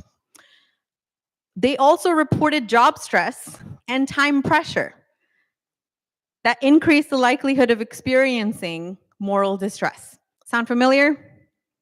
Yeah, absolutely, right? So I want to also take some time to talk about mental health. So another study also during the pandemic, and there's a one-pager for this in your box link as well. 86% of US workers reported at least one mental health challenge. 33% received treatment or support. Only 33% received treatment or support. And 70% of workers reported at least one symptom of secondary traumatic stress. This is during the pandemic, like 2020 to 2023. And the rate of our mental health, and I also don't like the word issues when you were talking in your workshop, but the rate of mental health symptoms, depression, anxiety, and post-traumatic stress has doubled from 4% in 2021 to 8% in 2023. Severe or chronic depression or anxiety has increased from 8% to 2020, in 2021 to 10% in 2023. So, knowing what I just told you, how many of you have experienced moral distress? Okay. So take a minute, just like 2 minutes. I really will stop you at 2 minutes. Talk amongst with your peers. How has it impacted you? So 2 minutes. I had 2 minutes, I promise. And for my live chat, tell me in chat, what is your impact?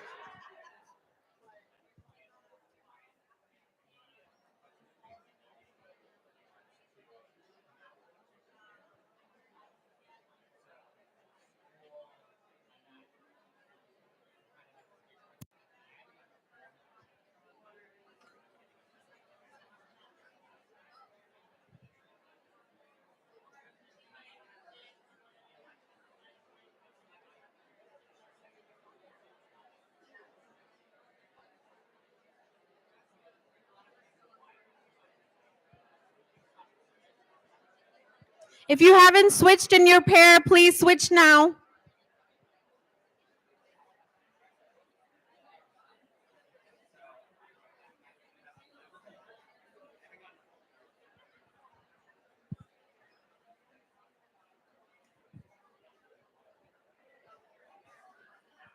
$30 seconds.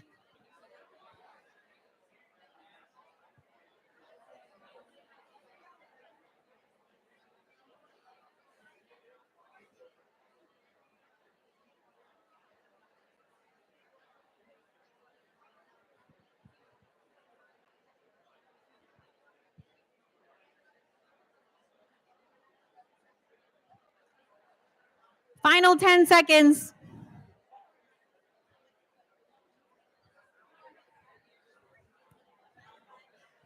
All right, let's come back. Let's come back. Let's start with any comments in the live stream that are telling me about their impact, if any. Yeah, one was the loss of confidence over time. Okay. Yeah. Anybody want to share? Like, I'll take one or two responses from either side about impact for moral distress. Yes. Oh, yeah. Oh, yeah. Yes, absolutely.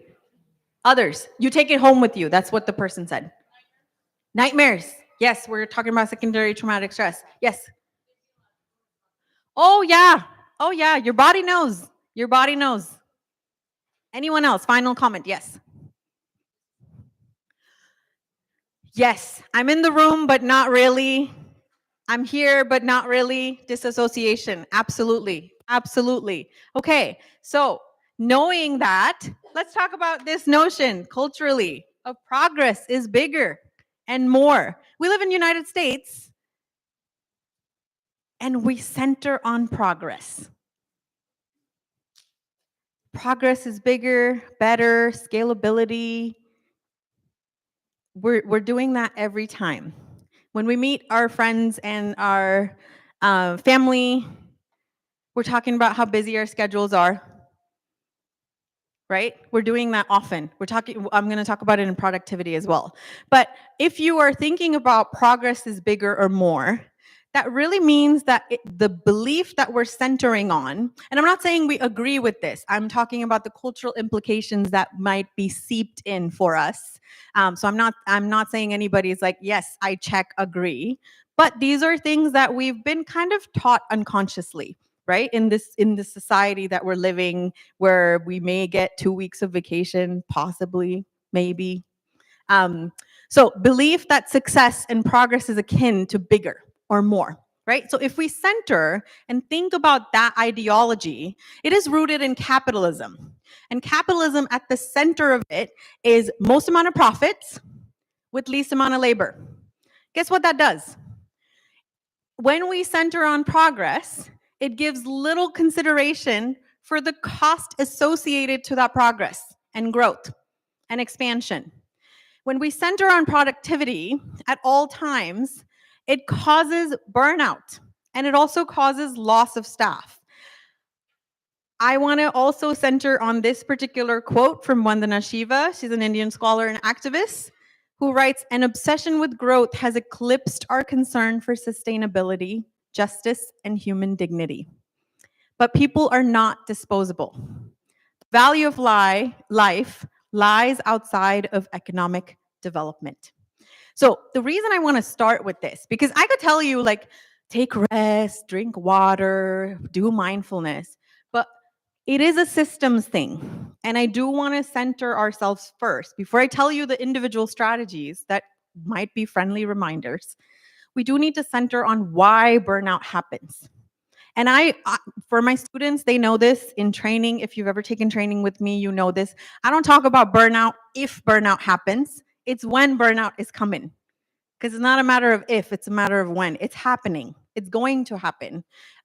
So when we center on progress is bigger or more, this sort of is bringing up, oh, sorry, I went back. This is impacting our burnout. The other thing that's also impacting our burnout is the illusion of productivity. This is another thing. Once again, I don't say we agree with this, but as a society, we are breathing and living in this. Yes? Absolutely. So, the illusion of productivity is that it centers on the idea that we always have to be doing something. What I tell you, I'm a busybody. Others in this room are also probably like me. I see a lot of nods in the room as you read that bullet, right?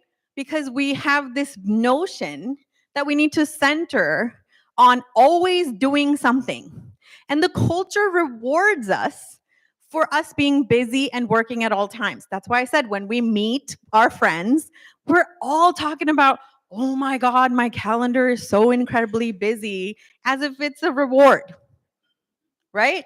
I've done this. So I'm not sitting here on this high stage saying I'm not, no, I'm with you right there in the middle.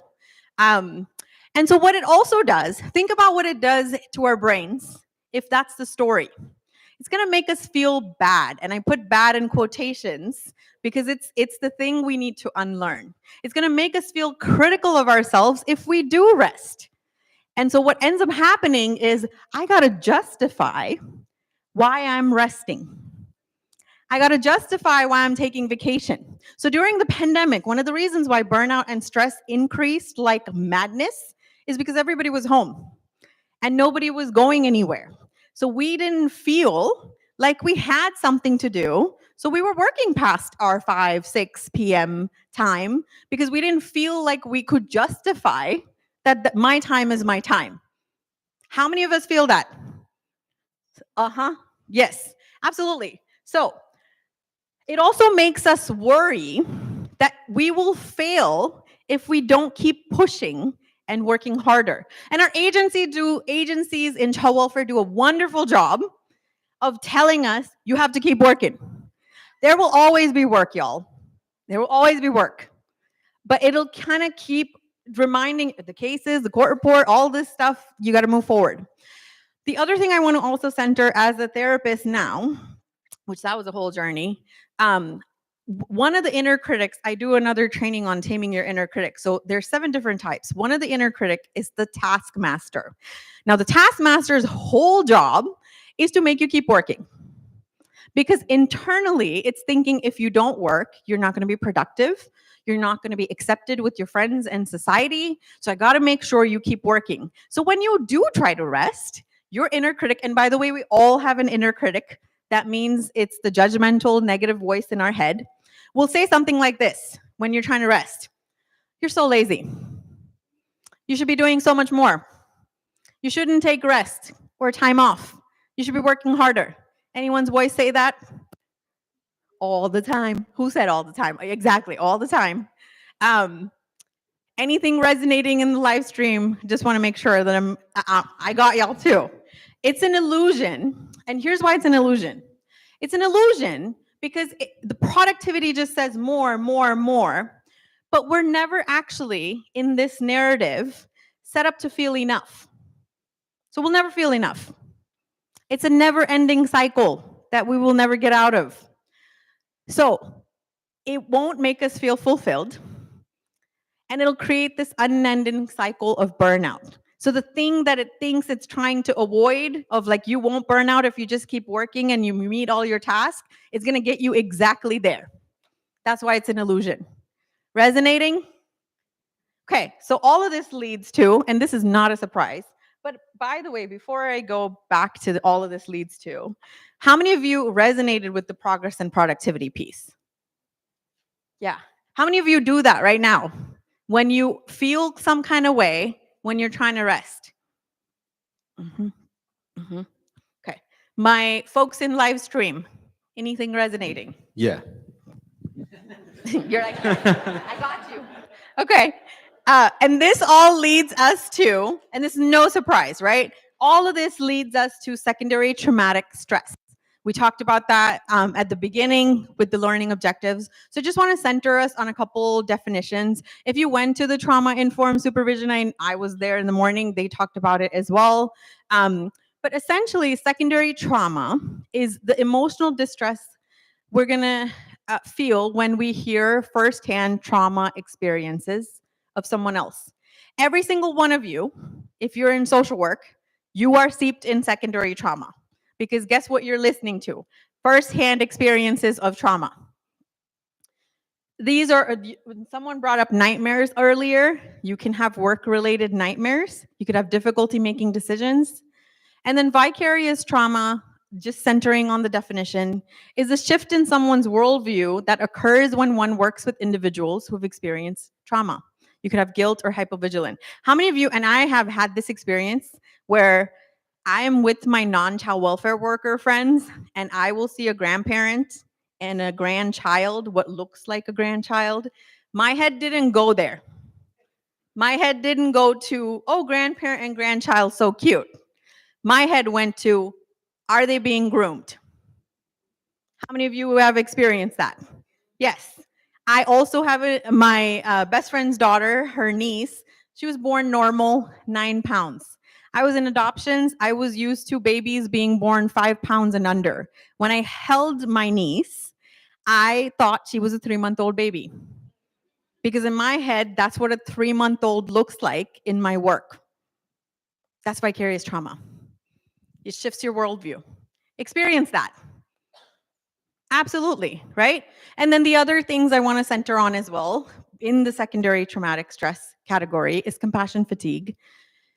This is where we have lessening of our compassion over time because of the exposure of trauma and the experiences that we've had. We may have apathy, we may feel isolated. And then all of this, as you can guess, if I'm seeped in it, I'm breathing it, I'm living it, I'm getting to burnout pretty quickly. So I know none of this is a surprise, but I wanted to center us on this first before I go to what do we do about it? Because those what do we do about it are friendly reminders. They really are. So how do we navigate burnout and thrive?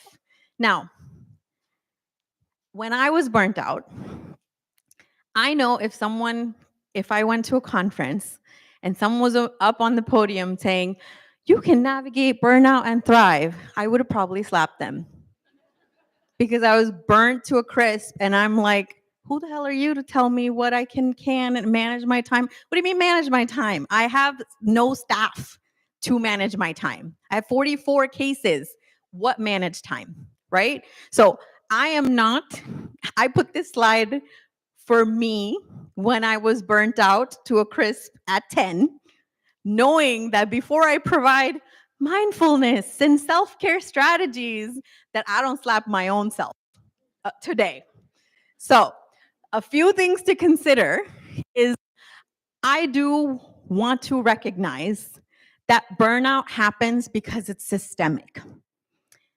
This is not an individual problem. And someone I think you were in the workshop earlier who brought that up as well. It's not an individual problem. I do a lot of trainings on burnout, and there is the individual piece of what I can do internally, but there's also a systemic piece there, okay? So I am not any way, shape, or form taking away that if I don't have people and I have high workload, I am going to burn out.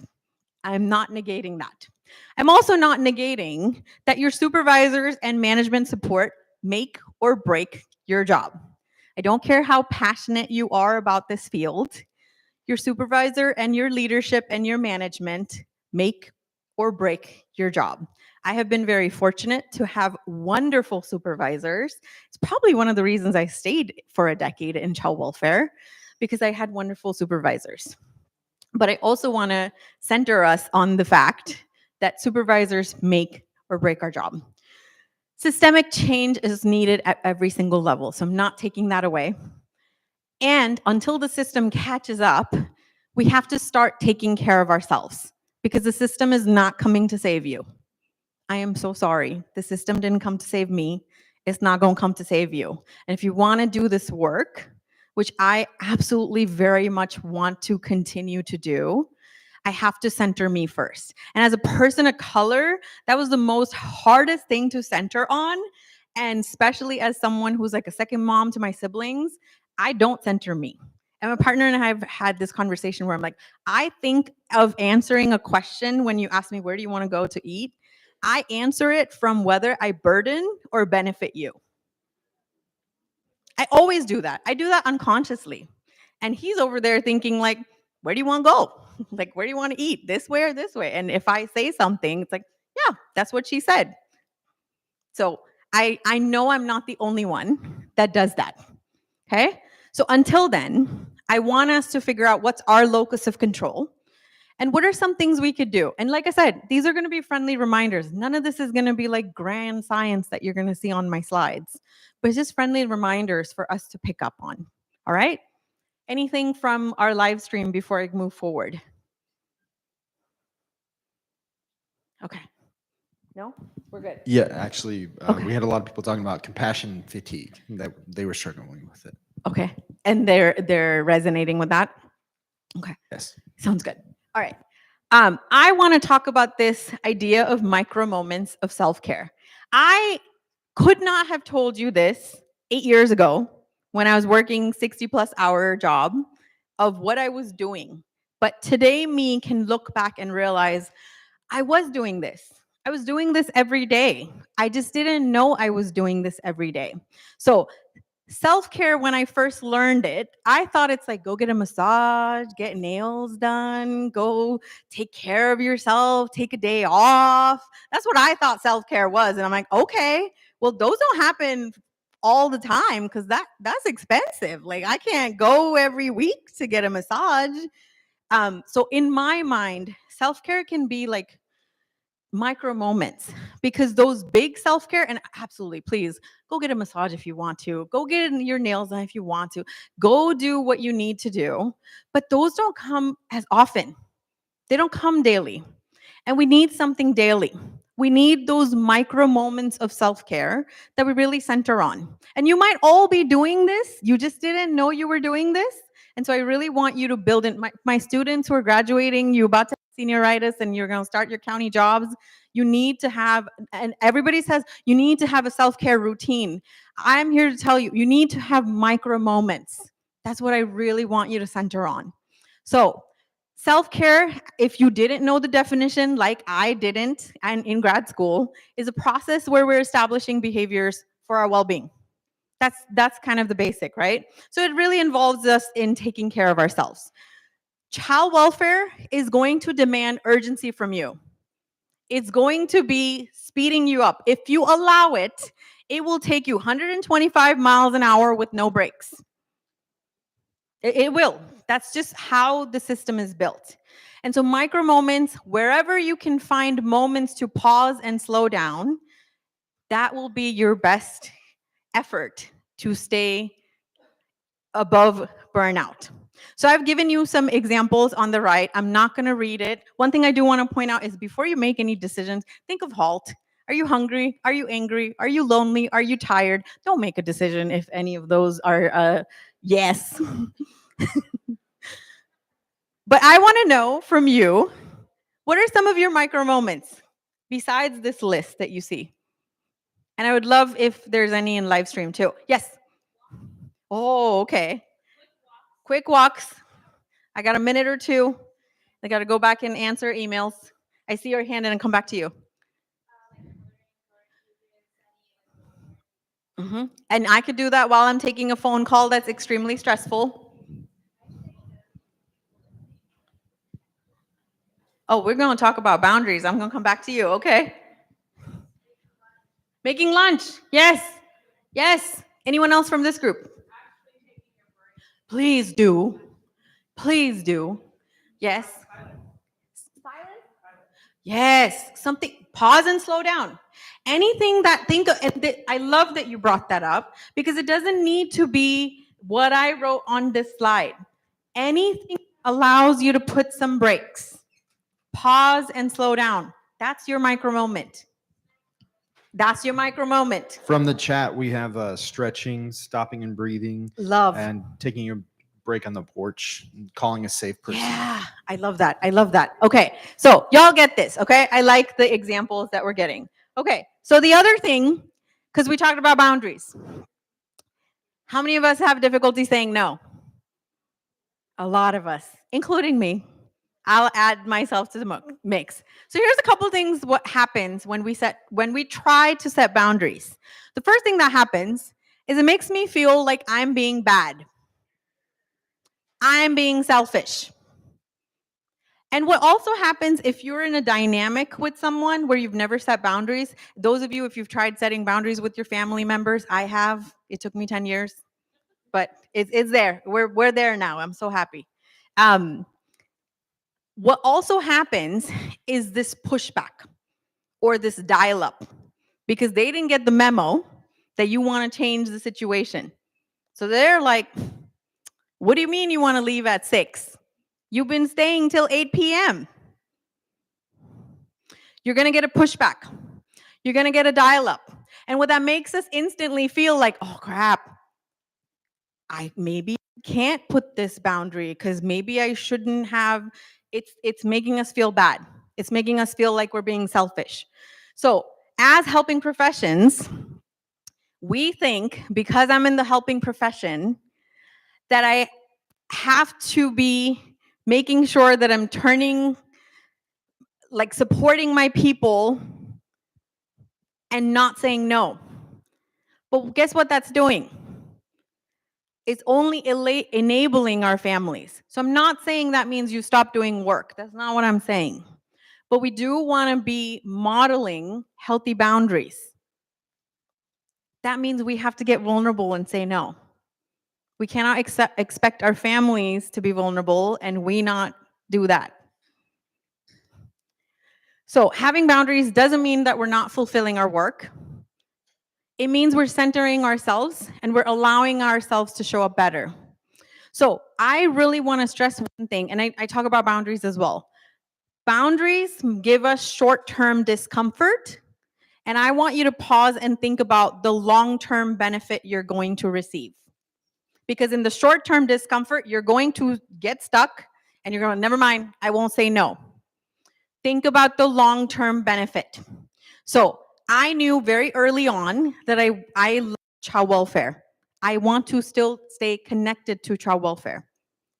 But I knew I will never be able to keep this going if I didn't center and have some boundaries. And so because I love what I do, I have boundaries. I'm moving past my short-term discomfort for the long-term gain. If any of your jobs have built-in boundaries. You know how they have built-in boundaries when you get hired? They tell you this. You have your hours is 9 to 5, 9 to 6. You have X amount of holidays. You have X amount of sick time. Those are your job's boundaries. Because if your job came to you and said, you work 24/7, 365 days, everybody sign up? We're good? Signing on the dotting line? Hell no. Right? So we have built-in boundaries with our work. We can allow ourselves to also have boundaries. So if you ever have a thought where you're like, oh crap, I can't say no, hopefully you will hear my voice in your head. But if you are really confused and you're like, I'm not really sure how I do this, pick your most important boundary, because a boundary is emotionally exhausting. You don't want to, what ends up happening generally is, oh my God, I'm so burnt out. I'm saying no to everything. And you've never said no to anything. And now you're about to say no to everything. You're going to stop immediately in like 15 seconds. And then we're even more frustrated because I can't even say no, really? So I want you to scale what's the most important thing for your boundary at a 10. And 1 being the least important. I gotta leave work at 6. I've been doing this 8 p.m. thing. It's not working. That's my 10. You drop everything else. You only focus on your 10. Try to be consistent on your 10. The other things will come into place. So if you are new to boundary, allow yourself to only pick 1 boundary you want to settle with. With my parents, it was like, I'm not calling you every day. So that was the only thing I centered on. And there were a lot of things I could have centered on, but I was like, I'm just not calling you every day. We're going to do every other day for now, and then we'll move forward, okay?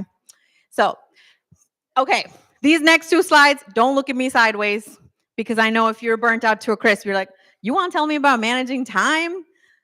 Yes, I do, but with the caveat, right? These are some tips that helped me as a social worker Hopefully these will help you. These are not miracle tips, but these are tips that helped me when I started my job. So child welfare is fast paced. You know this.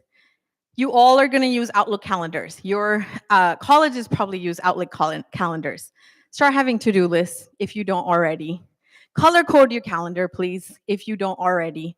I liked bright colors for like, you really got to start working on this, like now. So purple was my to-do list for, yo, you need to start writing your court report. And I'm a procrastinator, by the way. So I just own that. Lucy knows I've come a long way, y'all. I'm like, this presentation was done a month ago, which is like unreal for me. I would have done this on Tuesday. It's unreal. Seriously. But I put my deadlines 2 weeks ahead. So I'm starting to be like, yo, court report's due in like 2 weeks. Yo, court report's due in a week. If you are like me, put the shame aside, just work with your system, okay? Have folders that organize your email. You're going to work with a lot of families. Start initialing your email. So when you come in the morning, just sort some of them are going to be a lot of CCing from a lot of people. You can just put them in a folder. And then instead of 50, you have 15 that you actually really need to respond to. Okay? So organize it in that way. A lot of you may also have some voice recording app that people can have notes. I know most counties use something called Dragon. You don't have to type your notes. You can use the voice recorder. There's also, I've been using iPad for my notes right now. iPad will also convert your handwritten notes to text. So a little bit, more my savvy people in the room. And then the lovely AI feature that AI is coming and it's already here, right? There's when you select your text in Microsoft Word and you right click it, you'll see the option for writing skills and you can have it proofread, make it concise, make it friendly, make it professional. Check it out. It was like life-changing for me. And then try to have a full day if you can for a work office day. Try in the quotations because I know sometimes you can't try. And the last one I'll say is task.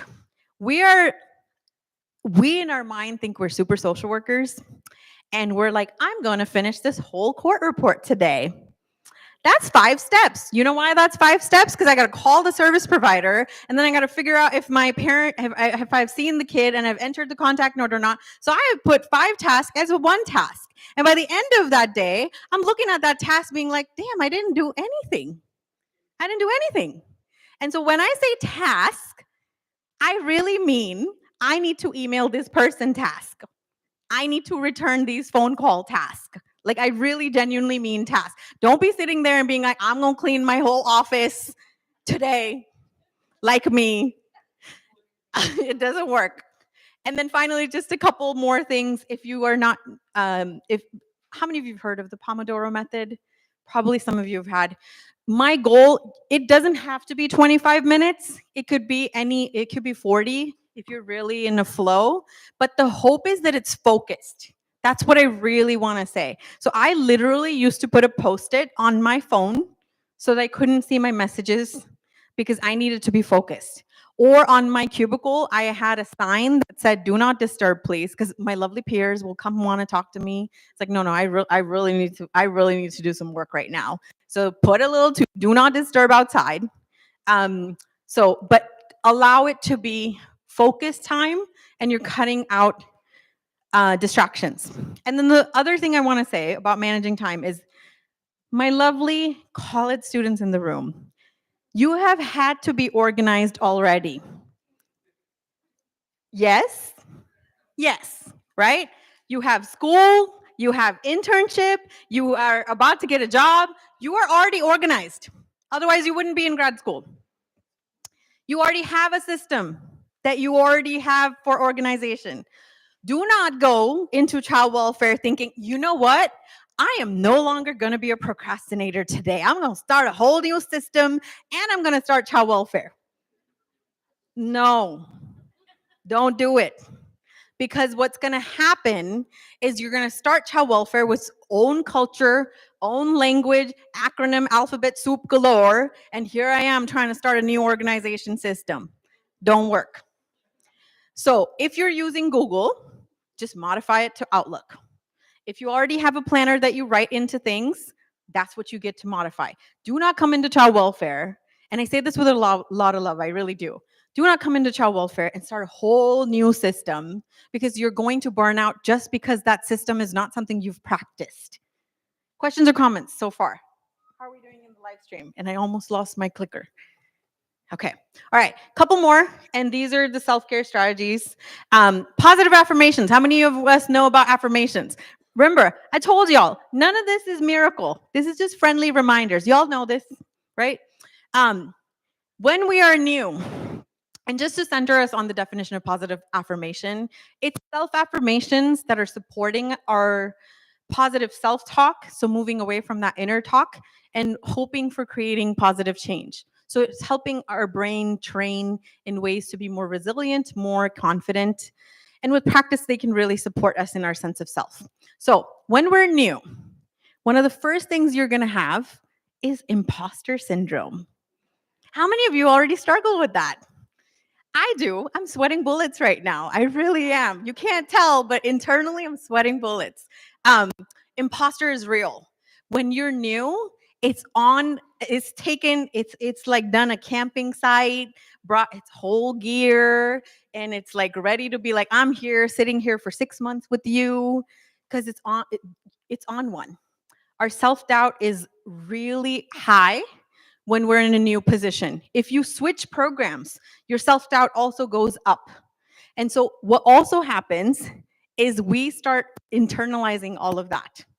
And it's important that we have some affirmations that we can center on that pause and slowing down. So here are some of my affirmations. I can do this. It's okay. I'm sweating, but I can do this. I'm doing the best with where things are at. This one really has held me. I don't have to make the decisions alone. In child welfare, none of you are making your decisions alone. Your supervisor signs on it, your manager signs on it, the Department of Child Welfare director signs on it. You don't make those decisions alone. You don't need to be a super social worker and make those decisions alone. Child welfare is a beast, and it's normal to have a learning curve. So I want you to take a minute, write down your affirmation. This is my words. You don't have to share it with anybody. But what do you want to center on? You could use my words, or you could find your own.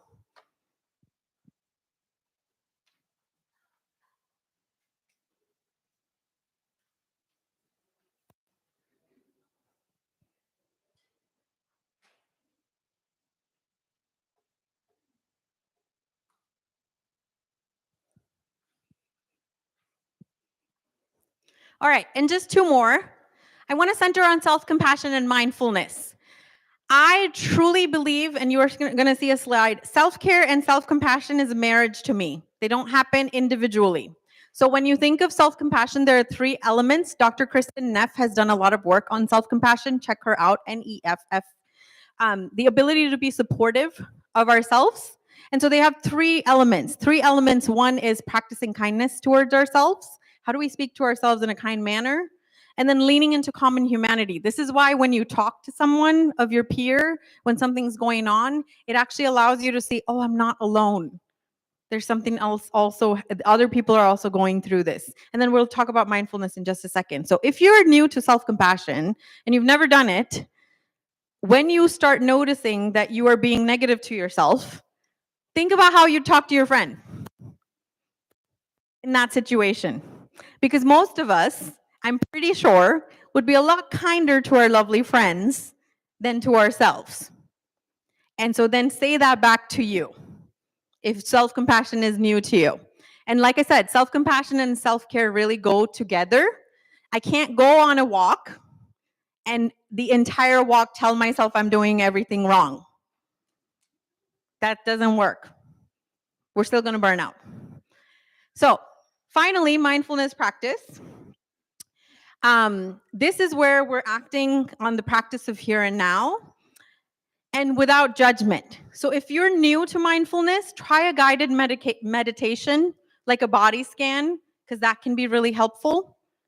And also, it really helps our self-critical piece. So there are a couple deep breathing exercises that I'm going to just show you. We're not going to do all of them, but Box breathing.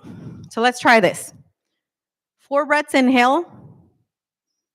4 breaths pause. 4 breaths exhale. 4 breaths pause. The Navy SEALs use that one. 4-7-8 breathing is used in yoga. Inhale for 4. Pause for 7. Exhale for 8.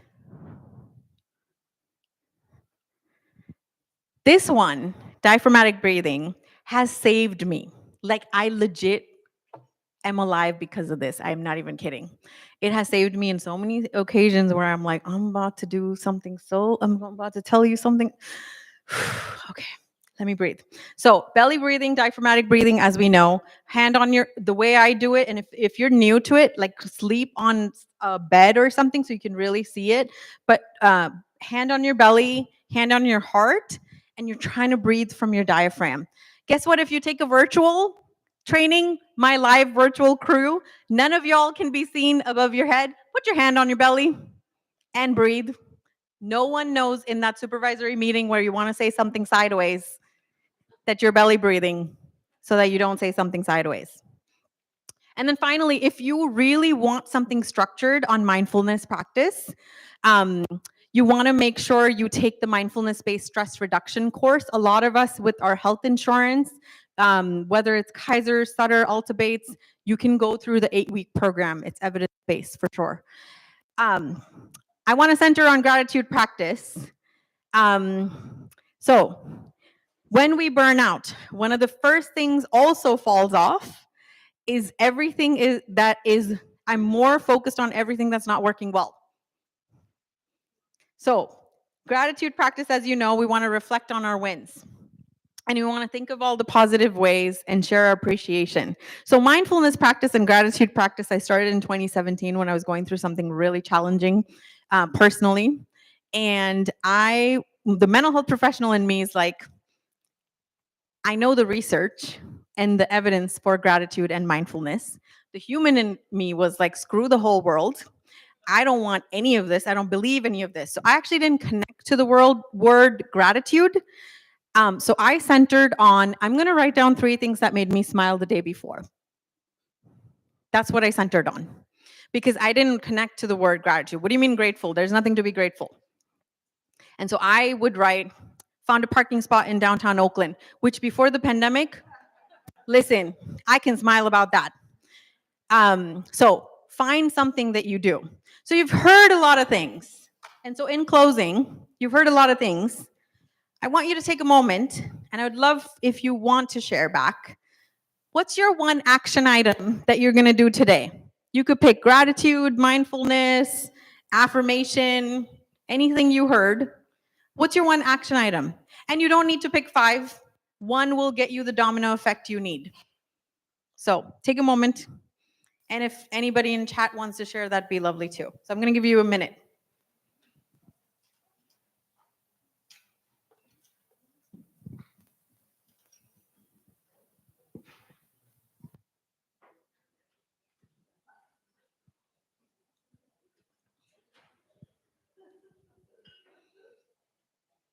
Anyone open to share? What's their one action item? Yes. Because you're like, I'm cleaning the whole house. Yes, I know. I love that. Others? In the chat, we would like to try mindfulness and daily affirmations. I like that. Okay. What about for you? Oh, you got a mic? Word after. Give yourself grace, because for the second years, we about to graduate. That's something to celebrate. That's a win that we want to celebrate. Anyone else? Emphasizing on self-care and mindfulness. I like that. I like that. And I saw a hand there and a hand here. Yeah.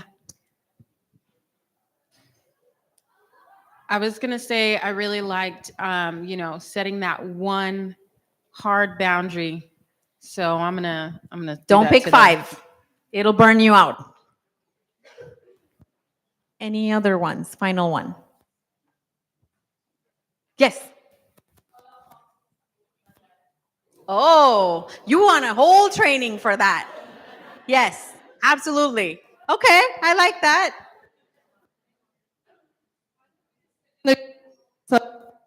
Oh, sorry, say? Sit moment 10 seconds. Your mic cut out, but just say it out. Oh, yeah. I like that. I like that. Yeah. Self-talk is a little different than affirmations, but it's supposed to be more effective if you use your name too. Like you Yes. say, look, Amalia, you can do this. You have to say the name. Yes. Talking to. Who are you talking to? I love that you said that because in my head, right before I was coming, you're like, Avni, you're okay. You got this. Just put on your damn lipstick and come downstairs. You're going to be okay. Yes, absolutely. Anyone else? Did I see a hand back there for you? Okay. All right. A few more from the chat. We have self-gratitude and self-forgiveness. I like that. Self-forgiveness. Woo. We could talk about that too. And then for me, what really resonated was taming the inner critic. So talking back to it, just like you were saying. Yeah. I got all 7 types of inner critic in me. All of them. Perfectionist, taskmaster, conformist, everybody. Yes.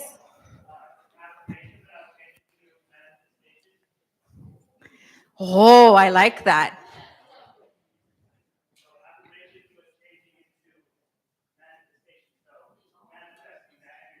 Yes. I like that. I like that. Follow me on socials. Y'all have been lovely. I know there's Q&A that's coming up. If you have Q&A, but like I said, none of these are grand. They're micro, and they're micro for a reason. There's a lot of study done on happiness, by the way, by Dr. Lori Santos. She has a podcast called The Happiness Lab, if you haven't listened to it. There's a lot of research on happiness is also micro moments. If we actually focus on I'm going to be happy, it actually makes us less happy. So it's in the wonderment and the joy and the awe. And so I really hope that you center on those micro moments. And as you start your career, I really hope you center on, you got this. Every single one of you. I tell my, when I train Common Core, I tell child welfare workers, you got the job. You got the job. You know how to assess. You'll build your practice. Just allow yourself to recognize you got your own assessment skills, whether it was in nonprofit, whether it was in residential, you have the skills. You're just adapting it to child welfare. Child welfare is the hardest, I truly do believe. If you can do child welfare, you can do anything. You really can. You really can. Because child welfare is the only agency, one of the only agencies that also is connected to juvenile court. Every single thing you do is documented and is seen as reasonable efforts, active efforts, or not. That's the only agency. Other social work fields, social work positions may not be connected to court. That's why our jobs is stressful. So I hope y'all, take good care of yourselves. And I don't know if we even have time for we do? Okay. All right. Any questions? Yes. It's more of a comment because I was like the 10 or the 12 on the burned out.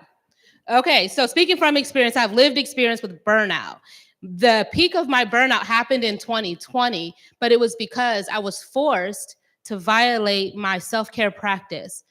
So my self-care practice was don't bring work home, and I was told to work from home. Yeah. For about 2 weeks, I went back and forth with my supervisor in adoptions about why I can't work from home. She pretty much said, well, you have a job to do.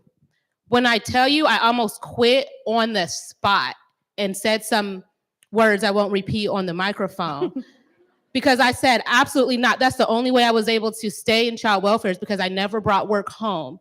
So in 2020, I found out that I didn't have a choice. And I said, if I'm going to bring work home, it's going to be on my terms.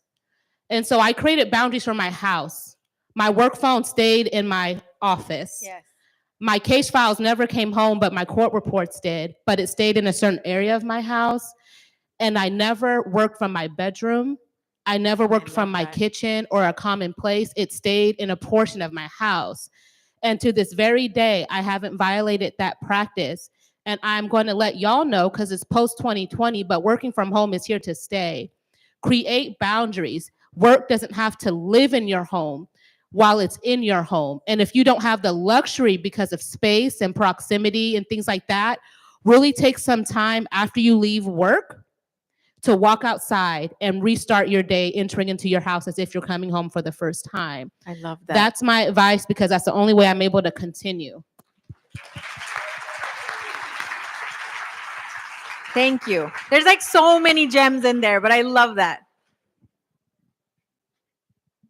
Hi, you know me. I'm a student of yours, but I there's know you. something that you have shared in your classes with us about when we do get burnt out in a certain department. Yes. But you didn't share that yet. I would didn't like you to share that. I would like you to share that. Yes. So one of the reasons, so I was a Title IV student and I'm like 3 years and I'm good. I'll do 2 years and I'll do a year to figure my life out and then I'll leave child welfare. I stayed for 10. I stayed for 10 because I kept moving around. So if you burn out, try a different program. It's the same job. You're on the same floor with the same people, but you're seeing child welfare from a different lens. So if you are like me, try a different unit, try a different program, because that will actually help you reset. It was the resets that I honestly wasn't burnt out when I was picking the positions. My busy body is like, oh, opportunity, I'll put my name in the hat. And then I got the opportunity. It's like, oh crap, I have to go now. I can't say no. So I was fortunate that I wasn't like burned to a crisp when I had those moves, but it really allowed me to stay as long as I did in child welfare. So yes, thank you.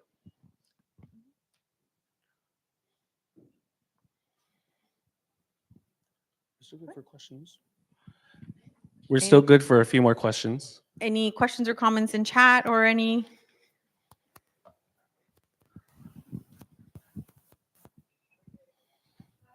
Is it? I think this is gonna work. Okay. Hello. Hello. I mean, it's just a comment. I just want to say thank you for also like sharing like your personal vulnerability about being an eldest daughter. I'm also, especially being an eldest daughter of color, and there have been times like I just want to share this positive affirmation. There have been times that you feel like you're like a cultural minority, and these systemic frameworks do not fit to give you the help that you yearn for or the services that you expect, like in terms of like navigating through your career and like personal life.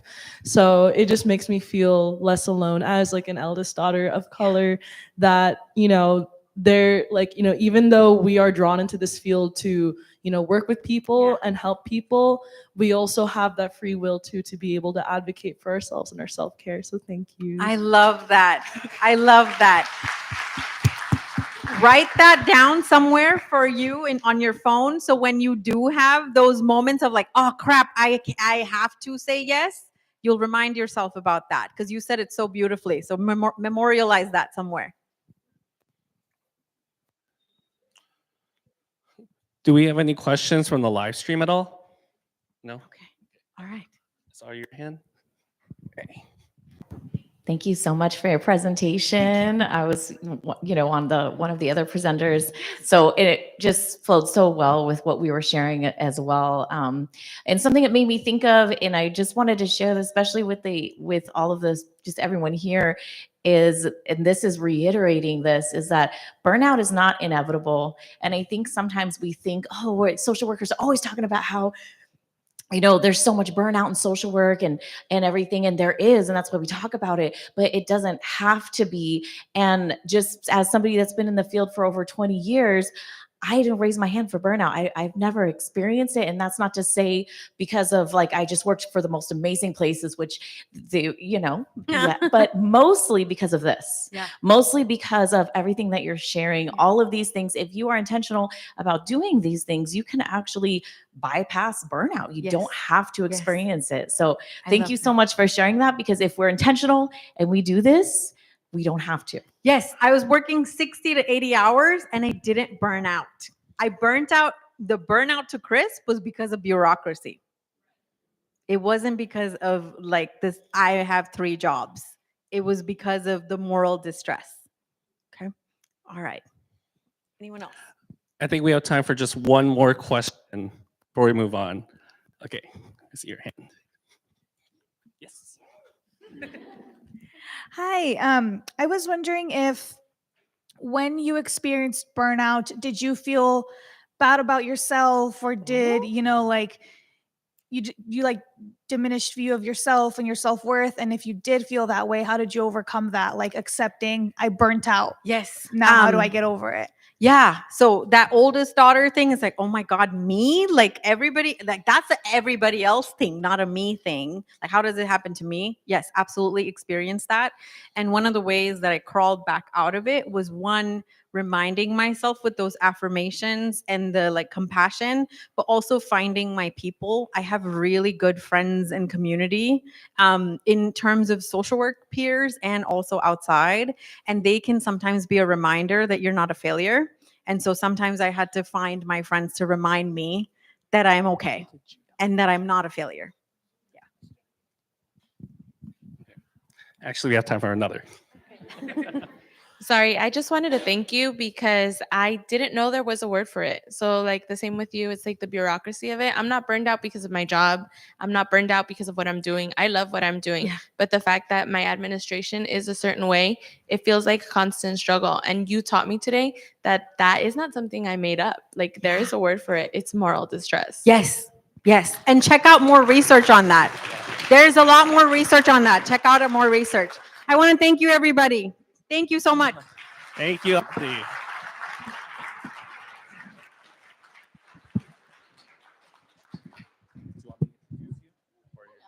You got it.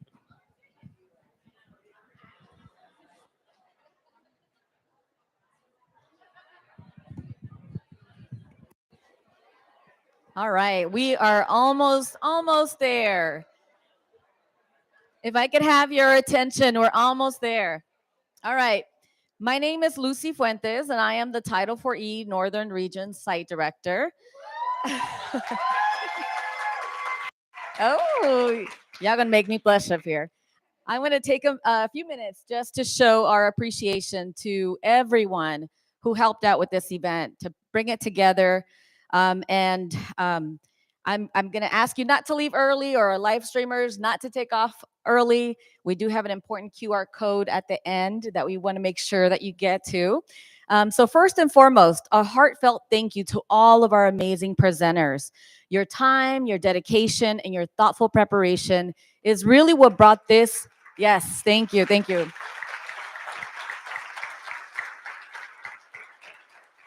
It really is what brought real depth and meaning to this event. Thank you for sharing your knowledge. Your expertise and insights are true gifts to us all. All right.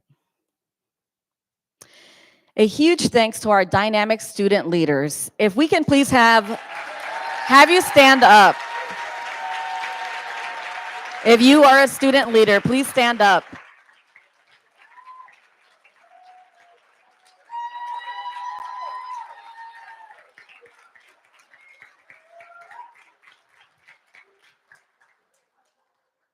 All right, and we also, let's not forget the incredible student chairs behind it all. Annalise, Rudo, and Brandon.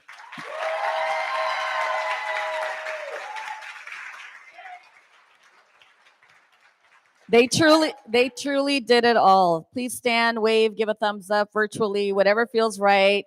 They have been amazing leaders. Their energy, their leadership, their dedication. We've seen it, we felt it all today.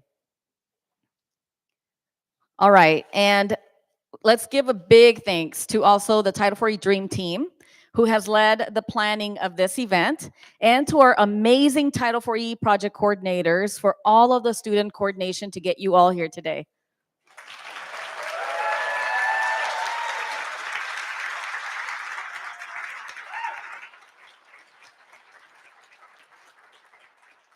All right, last but not least, thank you CDSS and NASW California for your ongoing sponsoring and support of the Title IV-E Summit.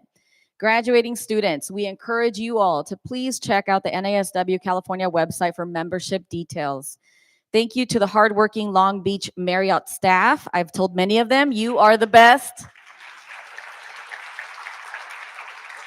Thank you for supporting us in preparation of this event, for our meetings Wednesday and Thursday, and for the reception yesterday and all day today. Thank you all for attending, whether you're here with us in person or virtually. We sincerely appreciate all of your attendance and support. All right, and before we say our goodbyes, we are going to take 5 minutes to allow everyone to provide feedback about your experience at this year's Title IV East Summit. You should, at this point, see the feedback survey link and QR code in front of you.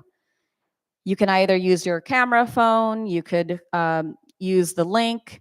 For those of you attending virtually, it should already be in your chat as well. If you enjoyed your Title IV East Summit experience this year, you should know that providing feedback through the survey will allow us to pretty much work on this event, whatever your suggestions are. It'll allow us to hear your suggestions and to include them in future events. Also, please note that prize winners will be notified after the event.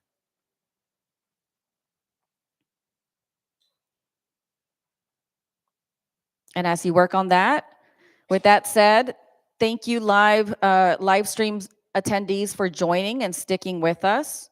We hope to see you next year. I'm going to spend a little bit of time here just in case anyone did not capture that link.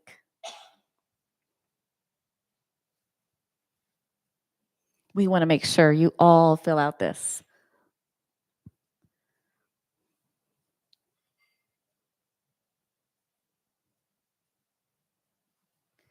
And thank you so much to our staff in the back for all of our media.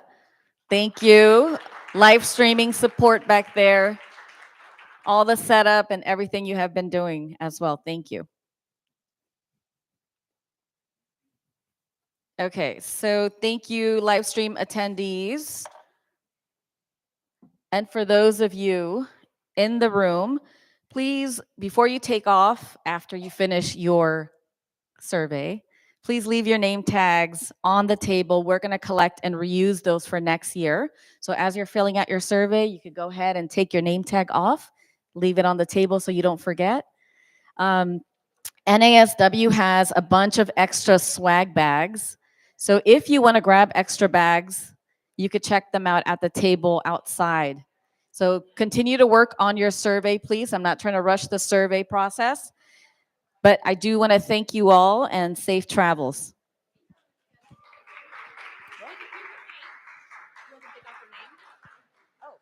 You could keep your name, but leave the name tag